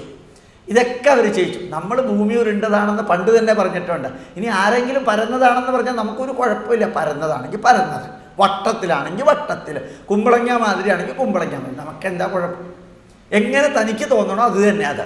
അപ്പം നമ്മൾ ഈ സ്വാതന്ത്ര്യം നൽകിയിരുന്നു. ബൈബിളിനെതിരെ പറഞ്ഞോ, രാമായണത്തിനെതിരെ പറഞ്ഞോ, വേദത്തിനെതിരെ പറഞ്ഞോ എന്നുള്ള പ്രശ്നമില്ല. അതിലെ നന്മകളും ശാസ്ത്രവും ഒരുമിച്ച് ചേർക്കാൻ നമ്മൾ ആഹ്വാനം ചെയ്തു. സനാതനധർമ്മത്തിൻ്റെ ഏറ്റവും വലിയ മഹത്വം, ആയുർവേദ ഗ്രന്ഥം എഴുതിയ ശുശ്രുതൻ, ചരകൻ, അവർ മഹർഷിമാരാണ്. വേദമന്ത്രം എഴുതിയ വിശ്വാമിത്രൻ, ആംഗീരസ്, അവർ മഹർഷിമാരാണ്. അപ്പം സയൻറ്റിസ്റ്റുമാരും മഹർഷിമാരായിരുന്നു, വേദങ്ങൾ എഴുതിയവർ മഹർഷിമാരായിരുന്നു. രണ്ടുപേർക്കും ഒരേ റെസ്പെക്റ്റ് ഭാരതത്തിലുണ്ടായിരുന്നു. ഋഗ്വേദം ആത്മീയ ഗ്രന്ഥം, അതിൻ്റെ ഉപവേദമാണ് അർത്ഥശാസ്ത്രം, എക്കണോമിക്സ്. അത് ലോകത്തിൽ ഒരു സ്ഥലത്തും കാണാൻ സാധ്യമല്ല. ആത്മീയ ഗ്രന്ഥത്തിൻ്റെ സബ്സിഡിയറി സബ് എക്കണോമിക്സ്, യജുർവേദത്തിൻ്റെ സബ് ധനുർവേദം, സാമവേദത്തിൻ്റെ സബ് ഗാന്ധർവവേദം, science of music, science of archery, അഥർവവേദത്തിൻ്റെ സബ് ആയുർവേദം. അപ്പോൾ സയൻസും ആത്മീയതയും ഇവിടെ ഒരുമിച്ച് പോയിരുന്നു. ഇവിടെ മാത്രമേ അത് ഒരുമിച്ച് പോയിട്ടുള്ളൂ. അത്ര ഭംഗിയായിട്ടാണ് നിങ്ങൾ കേട്ട് കാണും. നമ്മൾ സയൻറ്റിസ്റ്റുമാരെ ഈ നാട്ടിൽ ആചാര്യന്മാരായിട്ടാണ് പറയാം. ആര്യഭടാചാര്യൻ, വരാഹമിഹിരാചാര്യൻ, ഭാസ്കരാചാര്യൻ, വടേശ്വരാചാര്യൻ, ലല്ലാചാര്യൻ, ആചാര്യ PC റേ, ആചാര്യ JC ബോസ്, ആചാര്യ CV രാമൻ ഒക്കെ ആചാര്യന്മാരാ. ഇവരാരും നമ്മൾ കയറുകൊണ്ട് കെട്ടിയിട്ട് തീയിലൊന്നും ഇട്ടിട്ടില്ല. അത് ഈ നാടിൻ്റെ മാത്രം പ്രത്യേകതയാണ്. അത്ര ഭംഗിയായിട്ട് നമുക്ക് ഈ നാടിനെ ഇതാക്കാൻ സാധിച്ചു എന്ന് നോക്കാം. നമ്മുടെ നാട്ടിൽ മാത്രം സയൻസ് ഉപയോഗിച്ച് അപ്പുറത്തേക്ക് പോകാൻ പറഞ്ഞു. അവിദ്യയാ മൃത്യും തീർത്വാ വിദ്യയാമൃതമശ്നുതേ. ചിലപ്പോൾ കാണുമ്പോൾ നമുക്ക് അത്ഭുതം തോന്നാറുണ്ട്. ശബരിമല മേശാന്തിക്ക് മൂലമന്ത്രം അറിഞ്ഞൂടാ, അതൊന്നും സാരമില്ല. എന്നോട് ഒരാൾ പറഞ്ഞു ശബരിമല മേശാന്തിക്ക് മൂലമന്ത്രം അറിഞ്ഞൂടാ. ആരാ പറഞ്ഞറിയോ? MLA P. ജോർജ്. ഞങ്ങൾ രണ്ടുപേരും ഇന്ത്യ വിഷനിൽ ഇരിക്കുമ്പോൾ പറയാം, എൻ്റെ സാറേ എന്താ ഈ പറയുന്നത്, ശബരിമല തന്ത്രിക്ക് മൂലമന്ത്രം അറിഞ്ഞൂടാ. അപ്പം നമ്മൾ ജോർജ് സാറ് വിഷമിക്കേണ്ട കാര്യമില്ല, അടുത്ത പ്രാവശ്യം പോകുമ്പോൾ തന്ത്രിയെ തൊഴാൻ പോകണ്ട, ശാസ്താവിനെ തൊഴുതിട്ട് വന്നാൽ മതി, എന്താ കുഴപ്പം? അത്രയേ ഉള്ളൂ. അതിനേക്കാൾ കൂടുതൽ എന്താ ഉള്ളത്? മൂലമന്ത്രം അറിഞ്ഞൂടാ, ഇത് തൊഴണ്ട. അപ്പം ഞാൻ വിചാരിച്ചു സീരിയസ്, അത് ഒരു പ്രശ്നമില്ല, നിങ്ങളുടെ അച്ഛന്മാർക്ക് ഒന്നും അറിഞ്ഞൂടാ, ഞങ്ങളുടെ പൂജാരിക്ക് മൂലമന്ത്രം മാത്രമേ അറിയാത്തതുള്ളൂ. അത് സാറ് എനിക്കിട്ട് വെച്ചല്ലോ. വെക്കാണ്ടിരിക്കണം. എങ്ങനെ? നിങ്ങളുടെ അച്ഛന്മാർ നിങ്ങളുടെ ഇഗ്നോറൻസ് കൊണ്ട് ജീവിക്കുന്നു, ഞങ്ങളുടെ ആൾക്കാർ അങ്ങനെയല്ല. ഇഗ്നോറൻസിൻ്റെ പ്രശ്നമില്ല. കാരണം തന്ത്രിയെ തൊഴുതാലും തൊഴുതില്ലെങ്കിൽ ഒരു പ്രശ്നം അവിടെ ഇല്ല, തെമ്മാടിക്കുഴിയൊന്നും കിട്ടില്ല. സാർ ഞാൻ പോട്ടെ സാർ, ഇനി സാറിനോട് സംസാരിച്ചാൽ ശരിയാവില്ല. ഏതായാലും അങ്ങനെ ഉടനെ പോയി. അപ്പോൾ യഥാർത്ഥത്തിൽ നമ്മുടെ നാട്ടിൽ സയൻസും ആത്മീയതയും ഒരുമിച്ച് ചേർന്ന് ഒന്ന് ആലോചിച്ച് നോക്കാം. ഹൂണ്ടായി കാറ് നിങ്ങൾ വാങ്ങിക്കാൻ പോവുകയാണെങ്കിൽ അവിടെ ഒരു പൂജാരി ഉണ്ടാവും. അവിടെ ആ പൂജാരി വന്ന് ഈ ഹൂണ്ടായി കാറിന് നല്ല രീതിയിൽ പൂജയൊക്കെ നടത്തിയിട്ട് ആരത്തിയൊക്കെ നടത്തിയിട്ട് 4 ചക്രത്തിൻ്റെ ഇടയിൽ ചെറുനാരങ്ങയൊക്കെ വെച്ചിട്ടാണ് വരിക. അപ്പോൾ ഞാൻ ചോദിക്കാറുണ്ട്, ഈ ഹൂണ്ടായി കാറിനെ പൂജിച്ചത് ഏത് മൂലമന്ത്രം ഉപയോഗിച്ചിട്ടാണ്? ഹൂണ്ടായി ആയനമാന്ന, വേറെ എന്താ പറയുക? ഏത് മൂലമന്ത്രം ഉപയോഗിച്ചാൽ? ആൾട്ടോ കാറിനെ പൂജിക്കുക, സാൻഡ്രോ കാറിനെ ഏത് മൂലമന്ത്രം ഉപയോഗിച്ചാൽ പൂജിക്കുക? അപ്പോൾ നമ്മൾ ഈ സയൻസും ആത്മീയതയും ചേർക്കാൻ നമ്മളെപ്പോലെ ലോകത്തിൽ ആർക്കും സാധിച്ചിട്ടില്ല. ശരിക്കും പറഞ്ഞാൽ എന്തൊരു രസമാണ്. ചില അനുഭവങ്ങളൊക്കെ കാണുമ്പോഴത്തേക്കും ത്രില്ലിങ് തോന്നാറുണ്ട്. വരാപ്പുഴയിൽ നിന്ന് എടപ്പള്ളി വരെ 327 കോടി രൂപയുടെ റെയിൽവേ ലൈനാണ് ഇടുന്നത്. 327 കോടി രൂപയുടെ റെയിൽവേ ലൈൻ ഇവിടുത്തെ ഡിവിഷണൽ മാനേജർ ക്രിസ്ത്യാനി, കോൺട്രാക്ടർ മുസ്ലിം, അതിനെ മുഴുവനും ഗൈഡ് ചെയ്യുന്ന എഞ്ചിനീയർ ക്രിസ്ത്യാനി, ബാക്കി മുഴുവനും സൂപ്പർവൈസ് ചെയ്യുന്നത് ഫിനാൻസ് ചെയ്യുന്നത് മുസ്ലിമും ക്രിസ്ത്യാനി മാത്രമേ മുമ്പിലുള്ളൂ. മലപ്പുറത്തെ നമ്പൂതിരി അതിഗംഭീരമായിട്ട് ഗണപതി ഹോമവും ഭൂമി പൂജ നടത്തുക റെയിൽവേ ലൈൻ ഇടാൻ. ഒന്ന് ആലോചിച്ച് നോക്കാം, റെയിൽവേ ലൈൻ ഇടാൻ ഗണപതിയുടെ പൂജ നടത്തി 3 നമ്പൂതിരിമാരുണ്ട്. ആ നമ്പൂതിരിമാർ പൂജ നടത്തുന്ന ചിത്രമാണ് ഇന്ത്യൻ എക്സ്പ്രസ്സിൽ, മാതൃഭൂമിയിൽ, മനോരമയിൽ ഫ്രണ്ട് പേജിൽ വന്നിരിക്കുന്നത്. തറക്കേടില്ല, നമ്പൂതിരിമാരുടെ പൂണിലൊക്കെ വെളുത്ത് തന്നെ ഇരിക്കുന്നുമുണ്ട്. ഏതായാലും അങ്ങനെ അത്ര ഭംഗിയായിട്ട് പൂജ നടത്താം. ഒരു റെയിൽവേ ലൈൻ ഇടാൻ നമ്മൾ ഭൂമി പൂജ ആചാരപ്രകാരം നടത്തിയിരിക്കുന്നു. റോക്കറ്റ് മുകളിലേക്ക് പോകുന്നതിന് മുമ്പ് തിരുപ്പതി അമ്പലത്തിൽ ഫുൾ ഡേ പൂജ കഴിച്ച് ഗണപതി ഹോമം കഴിച്ചിട്ട് റോക്കറ്റ് മുകളിലേക്ക് പോകുള്ളൂ ഇന്ത്യയിലെ. അപ്പോൾ ഈ ISROയിലെ റോക്കറ്റും ഈ തിരുപ്പതി വെങ്കടാചലപതിയും തമ്മിൽ എന്താ ബന്ധം? അവർ തമ്മിലൊരു അഡ്ജസ്റ്റ്മെൻ്റ് ഉണ്ട്. അതാണ് നമ്മുടെ പ്രത്യേകത. എന്തും നോക്കിക്കൊടുത്തില്ല. ഈ അടുത്ത കാലത്ത് വേറൊരെണ്ണം ഉണ്ടായിരുന്നു. എടപ്പള്ളിയിൽ ഏതോ ഒരു തറക്കല്ലിടൽ 3 മാർക്സിസ്റ്റുകാർ 11 നാളികേരം വീതം എറിഞ്ഞു. ഈശ്വരാനുഗ്രഹം കൊണ്ടൊന്നും പൊട്ടിയില്ല. ഏതായാലും അവിടെ ഇത്രയും പേര് നാളികേരം എറിഞ്ഞിട്ട് ഭൂമി പൂജ നടത്തുക. അപ്പോൾ ഈശോക്കെ പോയി ഈ ആത്മീയതയും ശാസ്ത്രവും യോജിക്കാം. കൊച്ചിൻ ഷിപ്പ്യാർഡിൽ നിന്നൊരു കപ്പൽ വെള്ളത്തിലേക്ക് ഇറക്കാം. ഏത് മാനേജിങ് ഡയറക്ടർ ആണെങ്കിലും കപ്പലിൻ്റെ കിഴക്ക് വശത്ത് തൂശനിലയിട്ട് അവലും മലരും വെച്ച് ശർക്കരയും വെച്ച് നേരെ 5 തിരിയുള്ള വിളക്ക് വെച്ച് ദീപാരാധന തട്ടെടുത്ത് ഈ കപ്പലിന് ഒഴിഞ്ഞ് ഭംഗിയായിട്ട് ധ്രുവാദ്യോ ധ്രുവാ പൃഥിവീ ധ്രുവാ സപർവതായിമേ ധ്രുവം വിശ്വമിതം ജഗദ്രോ രാജാ വിശാമയം ധ്രുവം തേ രാജാവരുണോ ധ്രുവം ദേവോ ബൃഹസ്പതി ധ്രുവം ഇന്ദ്രശ്ചാഗ്നിശ്ച രാഷ്ട്രം ധാരയതാം ധ്രുവം മംഗളനീരാജനം സമർപ്പയാമി, സുവർണപുഷ്പം സമർപ്പയാമി, ചന്ദ്രചാമരാജി സമസ്ത രാജോപചാരാൻ സമർപ്പയാമി. ഇതൊന്നും അങ്ങേർക്ക് അറിഞ്ഞൂടാ. എന്താ കാരണം? ജോർജ് മാത്യു ആള്. ജോർജ് മാത്യുവിന് എന്ത് ധ്രുവാദ്യവും എന്ത് പൃഥിവി. ഏതായാലും ഈ പറഞ്ഞ മാതിരി കപ്പലായനമാന്ന് പറഞ്ഞിട്ട് ആർത്തിയൊക്കെ നടത്തിയിട്ട് ആ വെള്ളത്തിലേക്ക് ഇറക്കാം. മനുഷ്യനെ വെള്ളത്തിലേക്ക് ഇറക്കുമ്പോൾ ഒരു മന്ത്രമില്ല, കപ്പലിറക്കുമ്പോൾ മാത്രമേ ഉള്ളൂ. സയൻസും സ്പിരിച്വാലിറ്റിയും യോജിക്കുന്നു.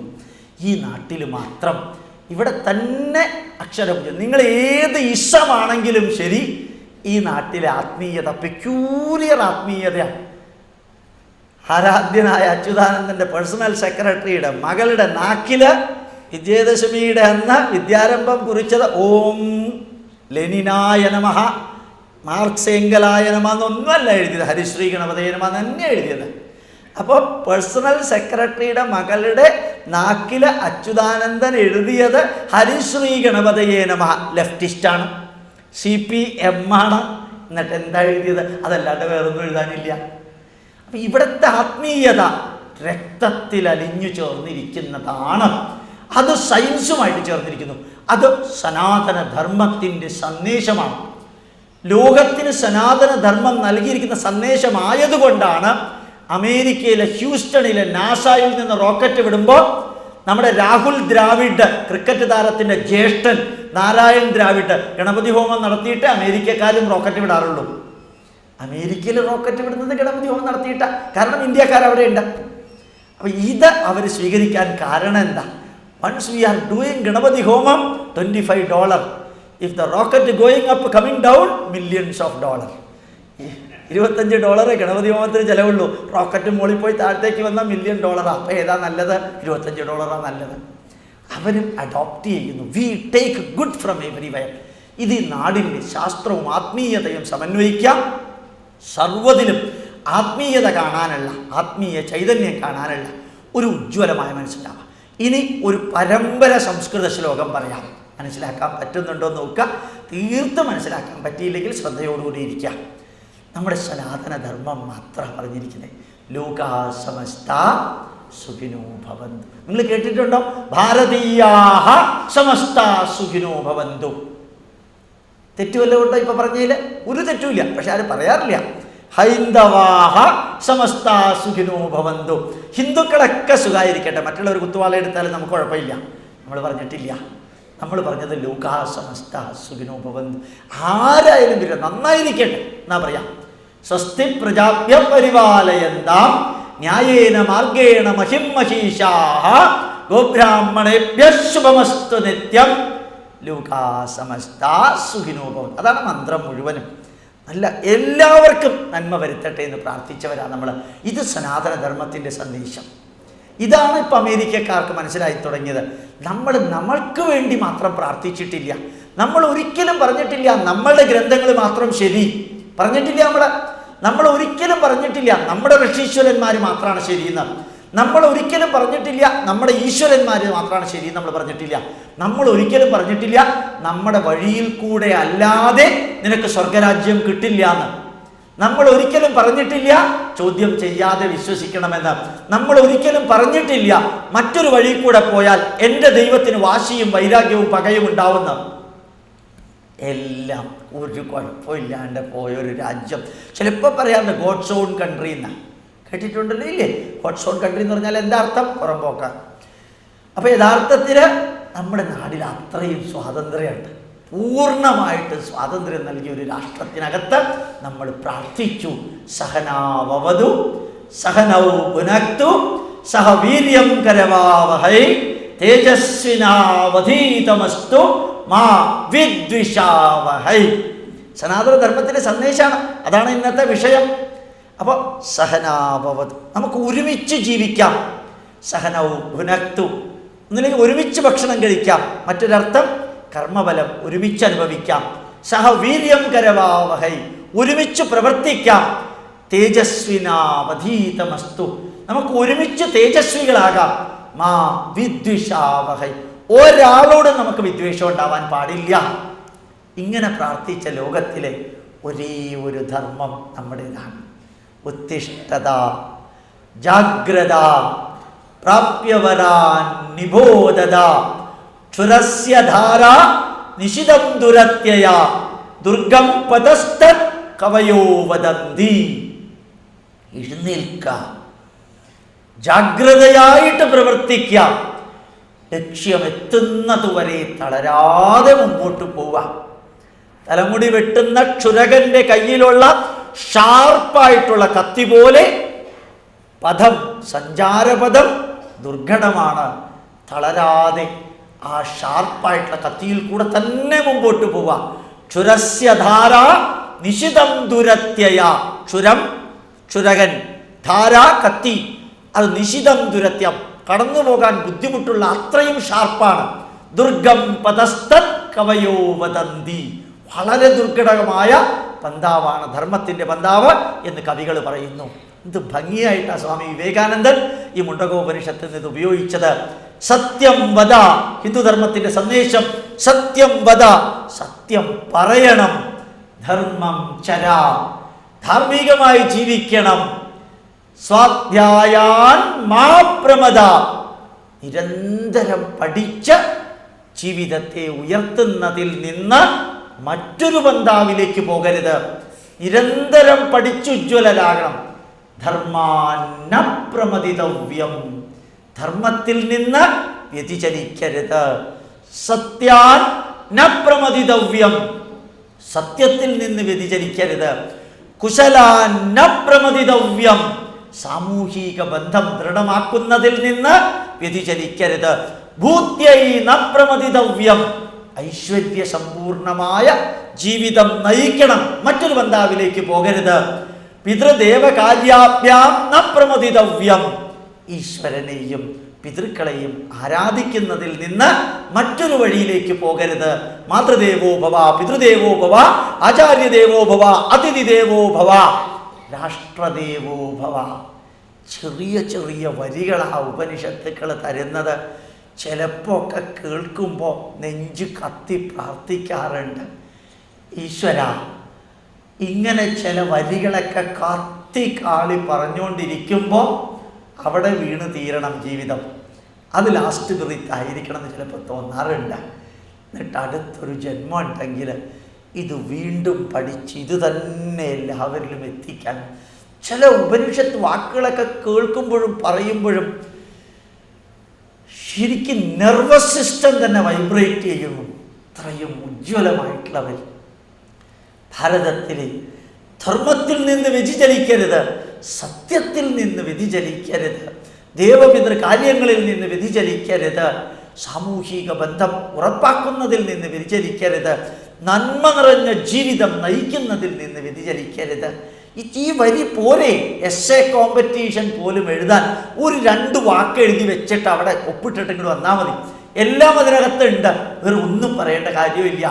ഭദ്രം കർണേഭി ശൃണുയാമ ദേവ, ജഗതീശ്വര നന്മ നിറഞ്ഞത് ചെവികളിലൂടെ കേൾക്കുവാൻ ഇടവരുത്തേണമേ. നന്മ നിറഞ്ഞത് ഞങ്ങളുടെ ചെവികളിലൂടെ കേൾക്കുവാൻ ഇടവരുത്തേണമേ. ഭദ്രം പശ്യേമാക്ഷഭിര്യജത്രാഹ, നന്മ നിറഞ്ഞത് കണ്ണുകളിലൂടെ കാണുവാൻ ഇടവരുത്തേണമേ. സ്ഥിരൈരംഗൈഹി തുഷ്ടുവാകം സസ്തനൂഭിർവ്യശേമ ദേവഹീതം യദായുഹു. ആരോഗ്യമുള്ള അവയവങ്ങൾ കൊണ്ട് നിർമ്മിച്ചിരിക്കുന്ന ശരീരത്തിന്, ആരോഗ്യമുള്ള അവയവങ്ങൾ കൊണ്ട് നിർമ്മിച്ചിരിക്കുന്ന ശരീരത്തിന് ആയുസ് കൽപ്പിച്ചിരിക്കുന്നിടത്തോളം കാലം, എത്ര കാലം ജീവിക്കുന്നു അത്രയും കാലം നന്മ നിറഞ്ഞത് പ്രവർത്തിക്കാൻ ഇടവരുത്തേണമേ ജഗതീശ്വര. നന്മ നിറഞ്ഞത് പ്രവർത്തിക്കാൻ ഇടവരുത്തേണമേ ജഗതീശ്വര.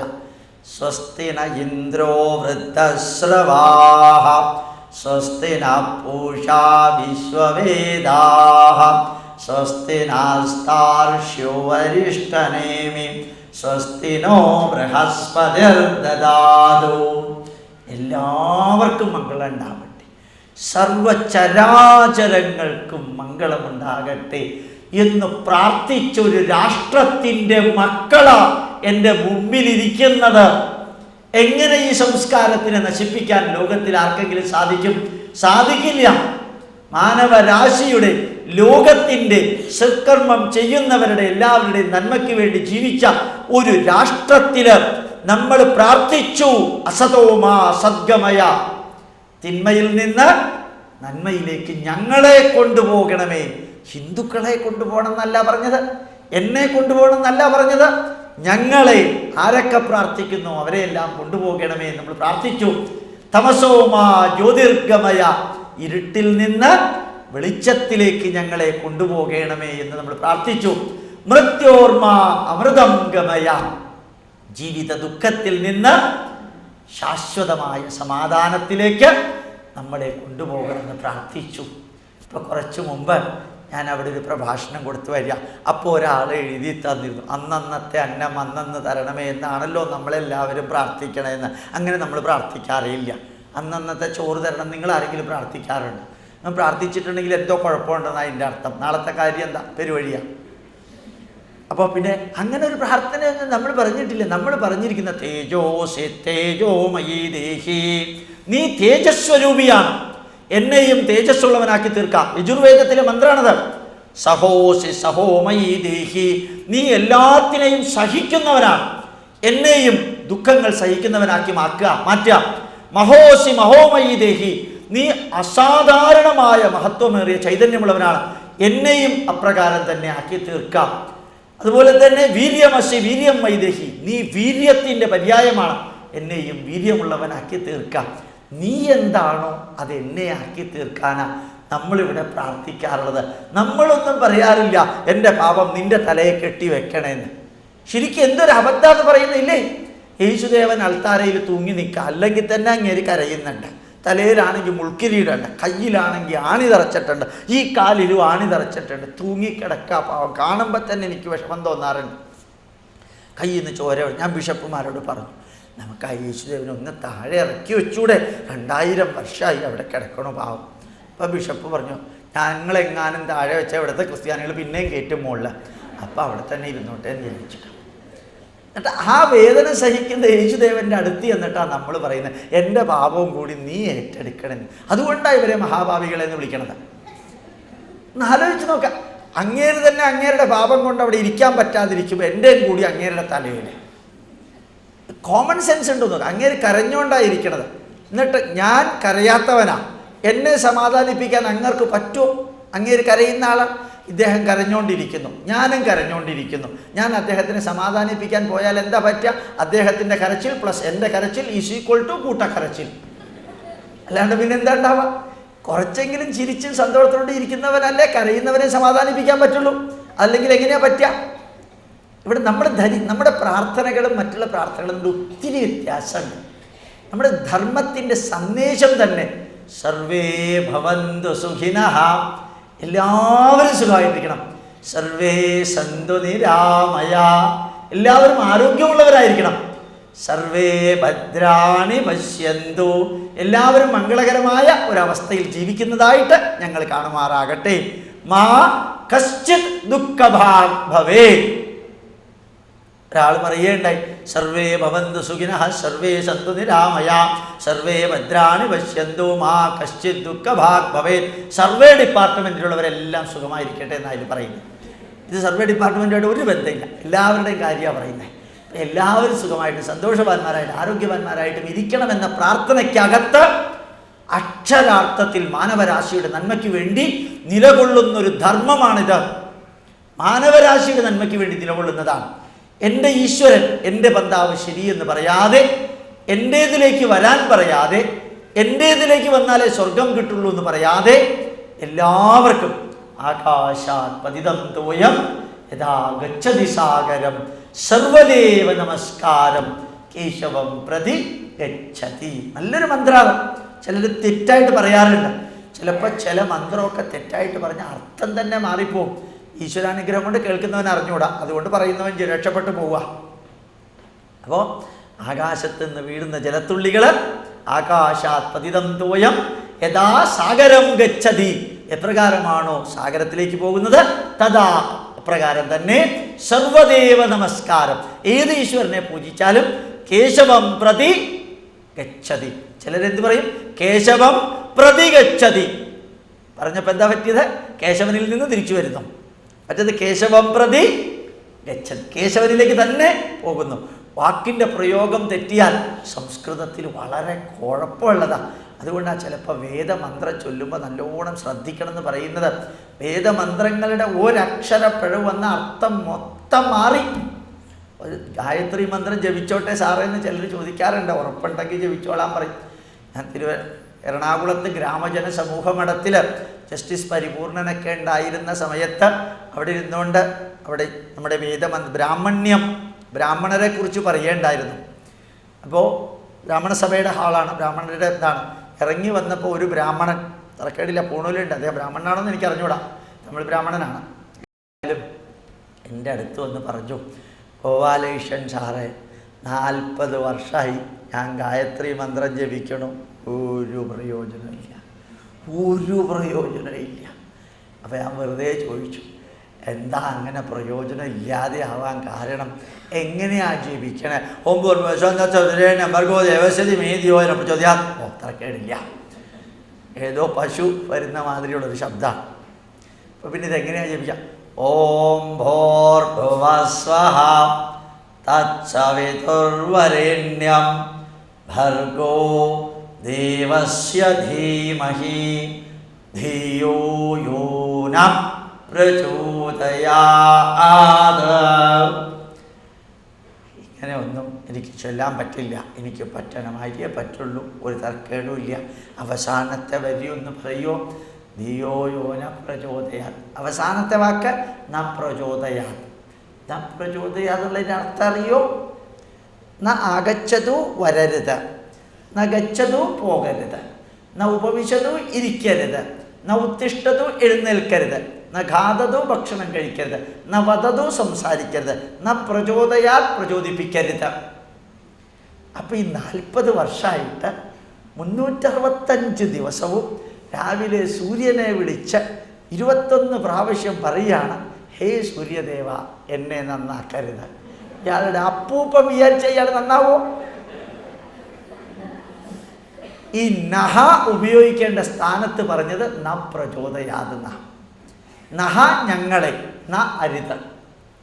ന എന്ന് പറഞ്ഞാൽ അരുത്, ന അകച്ചതു വരരുത്. നഹ എന്ന് പറഞ്ഞാൽ ഞങ്ങളെ. അഹം ആവാം വയം ആവാം നൗ അസ്മാകം നഹ, ഞങ്ങളെ. ദ്വിതീയ പ്ലൂരലാണ്. ആ ദ്വിതീയക്ക് ഇക്ക എ എന്നുള്ളതാണ് അവസാനിക്കുക. എന്നെ, ബാലനെ, ഗോപാലകൃഷ്ണനെ. അതുകൊണ്ട് നഹ ഞങ്ങളെ, പ്ലൂരല്. എന്നെ എന്നുള്ളതിൻ്റെ പ്ലൂരല് ഞങ്ങളെ. ആ നഹയിലെ വിസർഗം കളഞ്ഞു. വിസർഗം കളഞ്ഞാലും കുഴപ്പമില്ല, അമർത്തി പറഞ്ഞാൽ മതി, അനുദാത്തത്തിൽ പറയണം. അപ്പോൾ ഗായത്രി മന്ത്രം എങ്ങനെ ജപിക്കാം? ഓം ഭോർഭുവസ്വഹ തത്സവിതുർവരേണ്യം ഭർഗോ ദേവസ്യ ധീമഹി ധിയോ യോ ന പ്രചോദയാത്. ആ നഹ പറയാതെ പറഞ്ഞ് 40 വർഷം കൊണ്ട് എങ്ങനെയാണ് നന്നാവുക എന്നുള്ള ഒരു സംശയം. കരുണാനിധിയാണെങ്കിൽ പോലും നന്നാവില്ല. എന്താ കാരണം? കരുണാനിധിയുടെ ചിഹ്നം സൂര്യനാണ്. എന്നിട്ട് കാര്യമുണ്ടോ? അപ്പോൾ യഥാർത്ഥത്തിൽ ഉപയോഗിക്കുന്ന അക്ഷരത്തിൽ വരുന്ന പിഴവ്. അതുകൊണ്ടാണ് എല്ലാവരോടും വേദമന്ത്രം ചൊല്ലേണ്ടെന്ന് പറഞ്ഞിരിക്കുന്നത്. അത് പഠിച്ചവർ മാത്രം ചൊല്ലിയാൽ മതി. ചില വേദമന്ത്രങ്ങളൊക്കെ ചൊല്ലുമ്പോൾ അതിനകത്ത് പ്രകമ്പനമൊക്കെ ഉണ്ട്. അപ്സുമേ സോമോ അബ്രവേദ യദന്തർവിശ്വ നിഭേഷജാഹ അഗ്നിഞ്ച വിശ്വശംഭുവം ആപശ്ച വിശ്വഭേഷജീഹി. ഈ വരികളൊക്കെ പറയുമ്പോൾ മുറിച്ചാ പറയുന്നത്. പക്ഷെ കേൾക്കുമ്പോൾ തന്നെ ഒരു വൈബ്രേഷൻ ഉണ്ട്. അത് ക്രിസ്ത്യാനി പറഞ്ഞാലും കുഴപ്പമൊന്നുമില്ല, മുസ്ലിം പറഞ്ഞാലും കുഴപ്പമൊന്നുമില്ല, ആര് പറഞ്ഞാലും കുഴപ്പമൊന്നുമില്ല. പറയുമ്പോൾ അക്ഷരത്തിന് ആ സ്ഫുടത ഉണ്ടാവണമെന്ന് മാത്രം. ആ സ്ഫുടത ഉണ്ടാവണമെങ്കിൽ തുടങ്ങുന്നത് 4-ാമത്തെ വയസ്സിൽ തുടങ്ങണം. 4-ാമത്തെ വയസ്സിൽ പഠിക്കാതെ 45-ാമത്തെ വയസ്സിൽ വേദം പഠിക്കാൻ പോയി കഴിഞ്ഞാൽ ഇംഗ്ലീഷുകാർ മലയാളം പഠിച്ച മാതിരി ഉണ്ടായിരിക്കും. ഹോട്ടലിൽ ചെന്ന് 2 അപ്പന്മാരെയും 2 ചായമാരെയും വേണമെന്ന് പറഞ്ഞ മാതിരി ഇരിക്കും. ഇംഗ്ലീഷുകാർ മലയാളം പഠിച്ച് 40-ാമത്തെ വയസ്സിലാണ് പഠിച്ചത്. ഹോട്ടലിൽ ചെന്നിട്ട് 2 ചായയും 2 അപ്പവും വേണമെന്നുള്ളതിന് എന്ത് പറഞ്ഞു? പ്ലൂരൽ ഉപയോഗിച്ച്, മാർ പ്രത്യയം ഉപയോഗിച്ച് 2 അപ്പന്മാരെയും 2 ചായമാരെയും വേണമെന്നുണ്ട്. അവരാദ്യമായിട്ടാണ് കേൾക്കണം അപ്പന്മാരെന്ന്. ഏതായാലും ഇങ്ങനെ ഇരിക്കും നമ്മൾ. വൈകിട്ട് ചിലപ്പോൾ ഈ വേദമൊക്കെ പഠിച്ചാൽ അത് കാരണം എളുപ്പത്തിൽ പറയാവുന്ന എന്താ? എല്ലാവരും വേദം പഠിക്കണ്ട, ഒരു കുഴപ്പമില്ല, ഒരു പാപവും വരാൻ പോണില്ല, എന്നാലും ഞാൻ പഠിക്കും. എന്നാൽ പഠിച്ചു, കുഴപ്പമില്ല. ഇങ്ങനെ ഒരു കുഴപ്പമുണ്ട്. ഞാൻ തെറ്റായിട്ട് ചൊല്ലും, ഒരു തരക്കേടുമില്ല. എങ്ങനെ പഠിച്ചു? ആരും എതിർക്കാൻ പോണില്ല. എതിർക്കുന്നു എന്ന തെറ്റിദ്ധാരണയാണ്. ഒരാളെ എതിർക്കില്ല. നിങ്ങൾ ഇവിടെ ഇരുന്നുകൊണ്ട് വേദം മൊത്തം കുളമാക്കി ചൊല്ലിക്കോളാം, ഇവിടെയുള്ള ഒരു നമ്പൂതിരിയും വന്ന് പറയില്ല. പറയും നിങ്ങൾ ചൊല്ലണത് ശരിയല്ല, ഇത് വേണോ വേണ്ടോ എന്ന് ആലോചിച്ച് ചൊല്ലുക. ഞാൻ ചൊല്ലിയേ ഇരിക്കുള്ളൂ. താൻ ചൊല്ലി കിടന്നാൽ മതി, ഇരിക്കണ്ട, അവസാനം വരെ ചൊല്ലിക്കൂടെ, നമുക്ക് ഒരു പ്രശ്നമില്ല. ആരെങ്കിലും ഏതെങ്കിലും നമ്പൂതിരി എതിർത്തിട്ടുണ്ടോ? വേദം തെറ്റി ചൊല്ലുന്നതിൽ എതിർക്കില്ല. കാരണം എതിർക്കേണ്ട ഉത്തരവാദിത്വം നമുക്കില്ല, അറിയിക്കേണ്ട ഉത്തരവാദിത്വം നമുക്കുണ്ട്. ഇവിടെയാണ് ശരിക്ക് നമ്മുടെ സംസ്കൃതത്തിൻ്റെ പദപ്രയോഗം. ആകാശാത് പതിതം തോയം യഥാ ഗച്ഛതി സാഗരം സർവദേവ നമസ്കാരം കേശവം പ്രതി ഗച്ഛതി. ചിലപ്പോൾ ചിലർ ഇങ്ങനെ പറഞ്ഞ് തെറ്റായിട്ട് പറയാറുണ്ട്. അപ്പോൾ അക്ഷരസ്ഫുടതയോടുകൂടി ഈ ഒരു ഏത് ഈശ്വരനെ ആരാധിച്ചാലും ശാശ്വതമായി. ഇത് സനാതനധർമ്മ സന്ദേശം. എത്രയെത്ര സന്ദേശങ്ങളായി ഈ നാട്ടിലുള്ളത്. വാങ്മേ മനസി പ്രതിഷ്ഠിത മനോമേ വാചി പ്രതിഷ്ഠിത. വാക്കില് മനസ്സ് പ്രതിഷ്ഠിച്ചിരിക്കുന്നു, മനസ്സില് വാക്ക് പ്രതിഷ്ഠിച്ചിരിക്കുന്നു. ഒരു അൾട്ടിമേറ്റ് മാനേജ്മെന്റ് സങ്കല്പം അതാണ്. ശരിക്കും പറഞ്ഞാൽ പെട്ടെന്ന് കേട്ടാൽ ഇതിൽ എന്താ ഉള്ളതെന്ന് തോന്നും. ഒന്ന് ആലോചിച്ച് നോക്കാം. ഉപനിഷത്തിന്റെ ശാന്തി മന്ത്രം. മനസ്സെങ്ങനെയാണോ ഇരിക്കുന്നത് അതനുസരിച്ചിട്ട് ആ വാക്ക് പുറത്തേക്ക് വരിക. വാക്ക് കേട്ടാൽ അറിയാം മനസ്സെങ്ങനെയുണ്ടെന്നുള്ളത്. അങ്ങനെയാണല്ലോ. അയാൾ സംസാരിക്കുന്ന കേട്ടാൽ നമുക്കറിയാം അയാൾ ശരിയല്ല കേട്ടോ, സംസാരിക്കുന്ന രീതി ശരിയല്ല. സംസാരിക്കുന്ന കേട്ടാൽ അറിയാം മനസ്സെങ്ങനെയുണ്ടെന്ന്. അപ്പം നമ്മളുടെ സന്ദേശം വാങ്മേ മനസി പ്രതിഷ്ഠിത മനോമേ വാചി പ്രതിഷ്ഠിത ഹാവീർമാ വീരമാ വീർമാ വേദസ്യ മാ ആണീസ്തഃ വേദസ്യ മാ ആണീസ്തഃ. ഈ വരികളെല്ലാം ചെറിയ ചെറിയ സൂത്രവാക്യങ്ങൾ പോലെ ഭാരതത്തിൻ്റെ ഉജ്ജ്വലമായ ചൈതന്യത്തെ നമ്മളുടെ മുമ്പിൽ തരുന്നു. നമ്മുടെ ആരാധനാക്രമത്തിൽ ഭംഗിയായിട്ട് രണ്ട് കാര്യം പറയുന്നു. നിങ്ങൾ അറിയേണ്ട കാര്യം, നമ്മൾ അറിയാത്ത കാര്യം. അന്ധം തമപ്രവിശന്തി ഏ അവിദ്യാമുപാസതേ തതോ ഭൂയ യുവതേ തമോ യൗ വിദ്യായാം രതാഹ. യജുർവേദ മന്ത്രം. നല്ല യുക്തി സഹജമായിട്ട് കേൾക്കേണ്ട ഒരു വേദമന്ത്രം. യഥാ അന്ധം തമപ്രവിശൻ. സയൻസ് കൊണ്ട് മാനവരാശിയുടെ എല്ലാ പ്രശ്നങ്ങളും പരിഹരിക്കാൻ സാധിക്കുമെന്ന് ആരാണോ വിചാരിക്കുന്നത്, ഒന്നും കൂടി ഞാൻ പറയാം, സയൻസ് കൊണ്ട്, ശാസ്ത്രം കൊണ്ട് മനുഷ്യന്റെ എല്ലാ പ്രശ്നങ്ങളും പരിഹരിക്കാൻ സാധിക്കുമെന്ന് ആരാണോ വിചാരിക്കുന്നത് അവര് അന്ധം തമ പ്രവിശന്തി. കണ്ണ് കാണാൻ പറ്റാത്ത ഇരുട്ടിലേക്ക് അവർ പ്രവേശിക്കുന്നു. അർത്ഥം മനസ്സിലായി? Those who are thinking that science alone can solve the human problem, they are leading themselves into blinding darkness. തതോ ഭൂയ ഇവതേ തമോ യൗ വിദ്യായാം രതാഹ. ആരാണോ ഈശ്വര ഉപാസന കൊണ്ട് അല്ലെങ്കിൽ ആരാധന കൊണ്ട് ആത്മീയത കൊണ്ട് മനുഷ്യന്റെ എല്ലാ പ്രശ്നങ്ങളും പരിഹരിക്കാൻ സാധിക്കുമെന്ന് വിചാരിക്കുന്നത് അവരും അതേ കണ്ണ് കാണാൻ പറ്റാത്ത ഇരുട്ടിലേക്ക് തന്നെയാണ് പോകുന്നത്. ഇത് ലോകത്തിലെ ഒരു മതഗ്രന്ഥവും പറഞ്ഞിട്ടില്ല.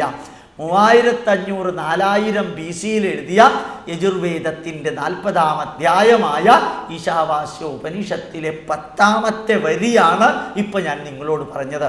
അതായത് science Elon cannot solve human problem.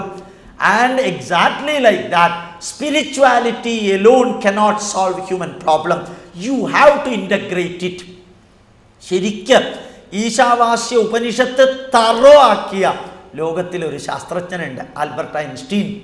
Albert ഐൻസ്റ്റീൻ്റെ നാവിൻ്റെ തുമ്പത്ത ഈശാവാസ്യ ഉപനിഷത്തിലെ 18 മന്ത്രങ്ങളും ഈശാവാസ്യ ഉപനിഷത്തിലെ മാത്രം ശ്ലോകങ്ങൾക്ക് പറയുന്ന പേരാണ് മന്ത്രങ്ങൾ. അത് കാരണം യജുർവേദത്തിനകത്തുള്ളതാണ്. ഈ 18 മന്ത്രത്തിൽ ഇത് പഠിച്ചിട്ടാണ് കേംബ്രിഡ്ജ് യൂണിവേഴ്സിറ്റിയിൽ ആൽബർട്ട് ഐൻസ്റ്റീൻ പ്രസംഗിച്ചപ്പോൾ പറഞ്ഞത്, the science without religion is blind and religion without science is lame എന്ന് ആൽബർട്ട് ഐൻസ്റ്റീൻ പറഞ്ഞത് ഈ മന്ത്രത്തിൻ്റെ ട്രാൻസ്ലേഷനാണ്. അതായത് science alone cannot solve the human problem. Spirituality also cannot solve the human problem as itself. We have to integrate these two.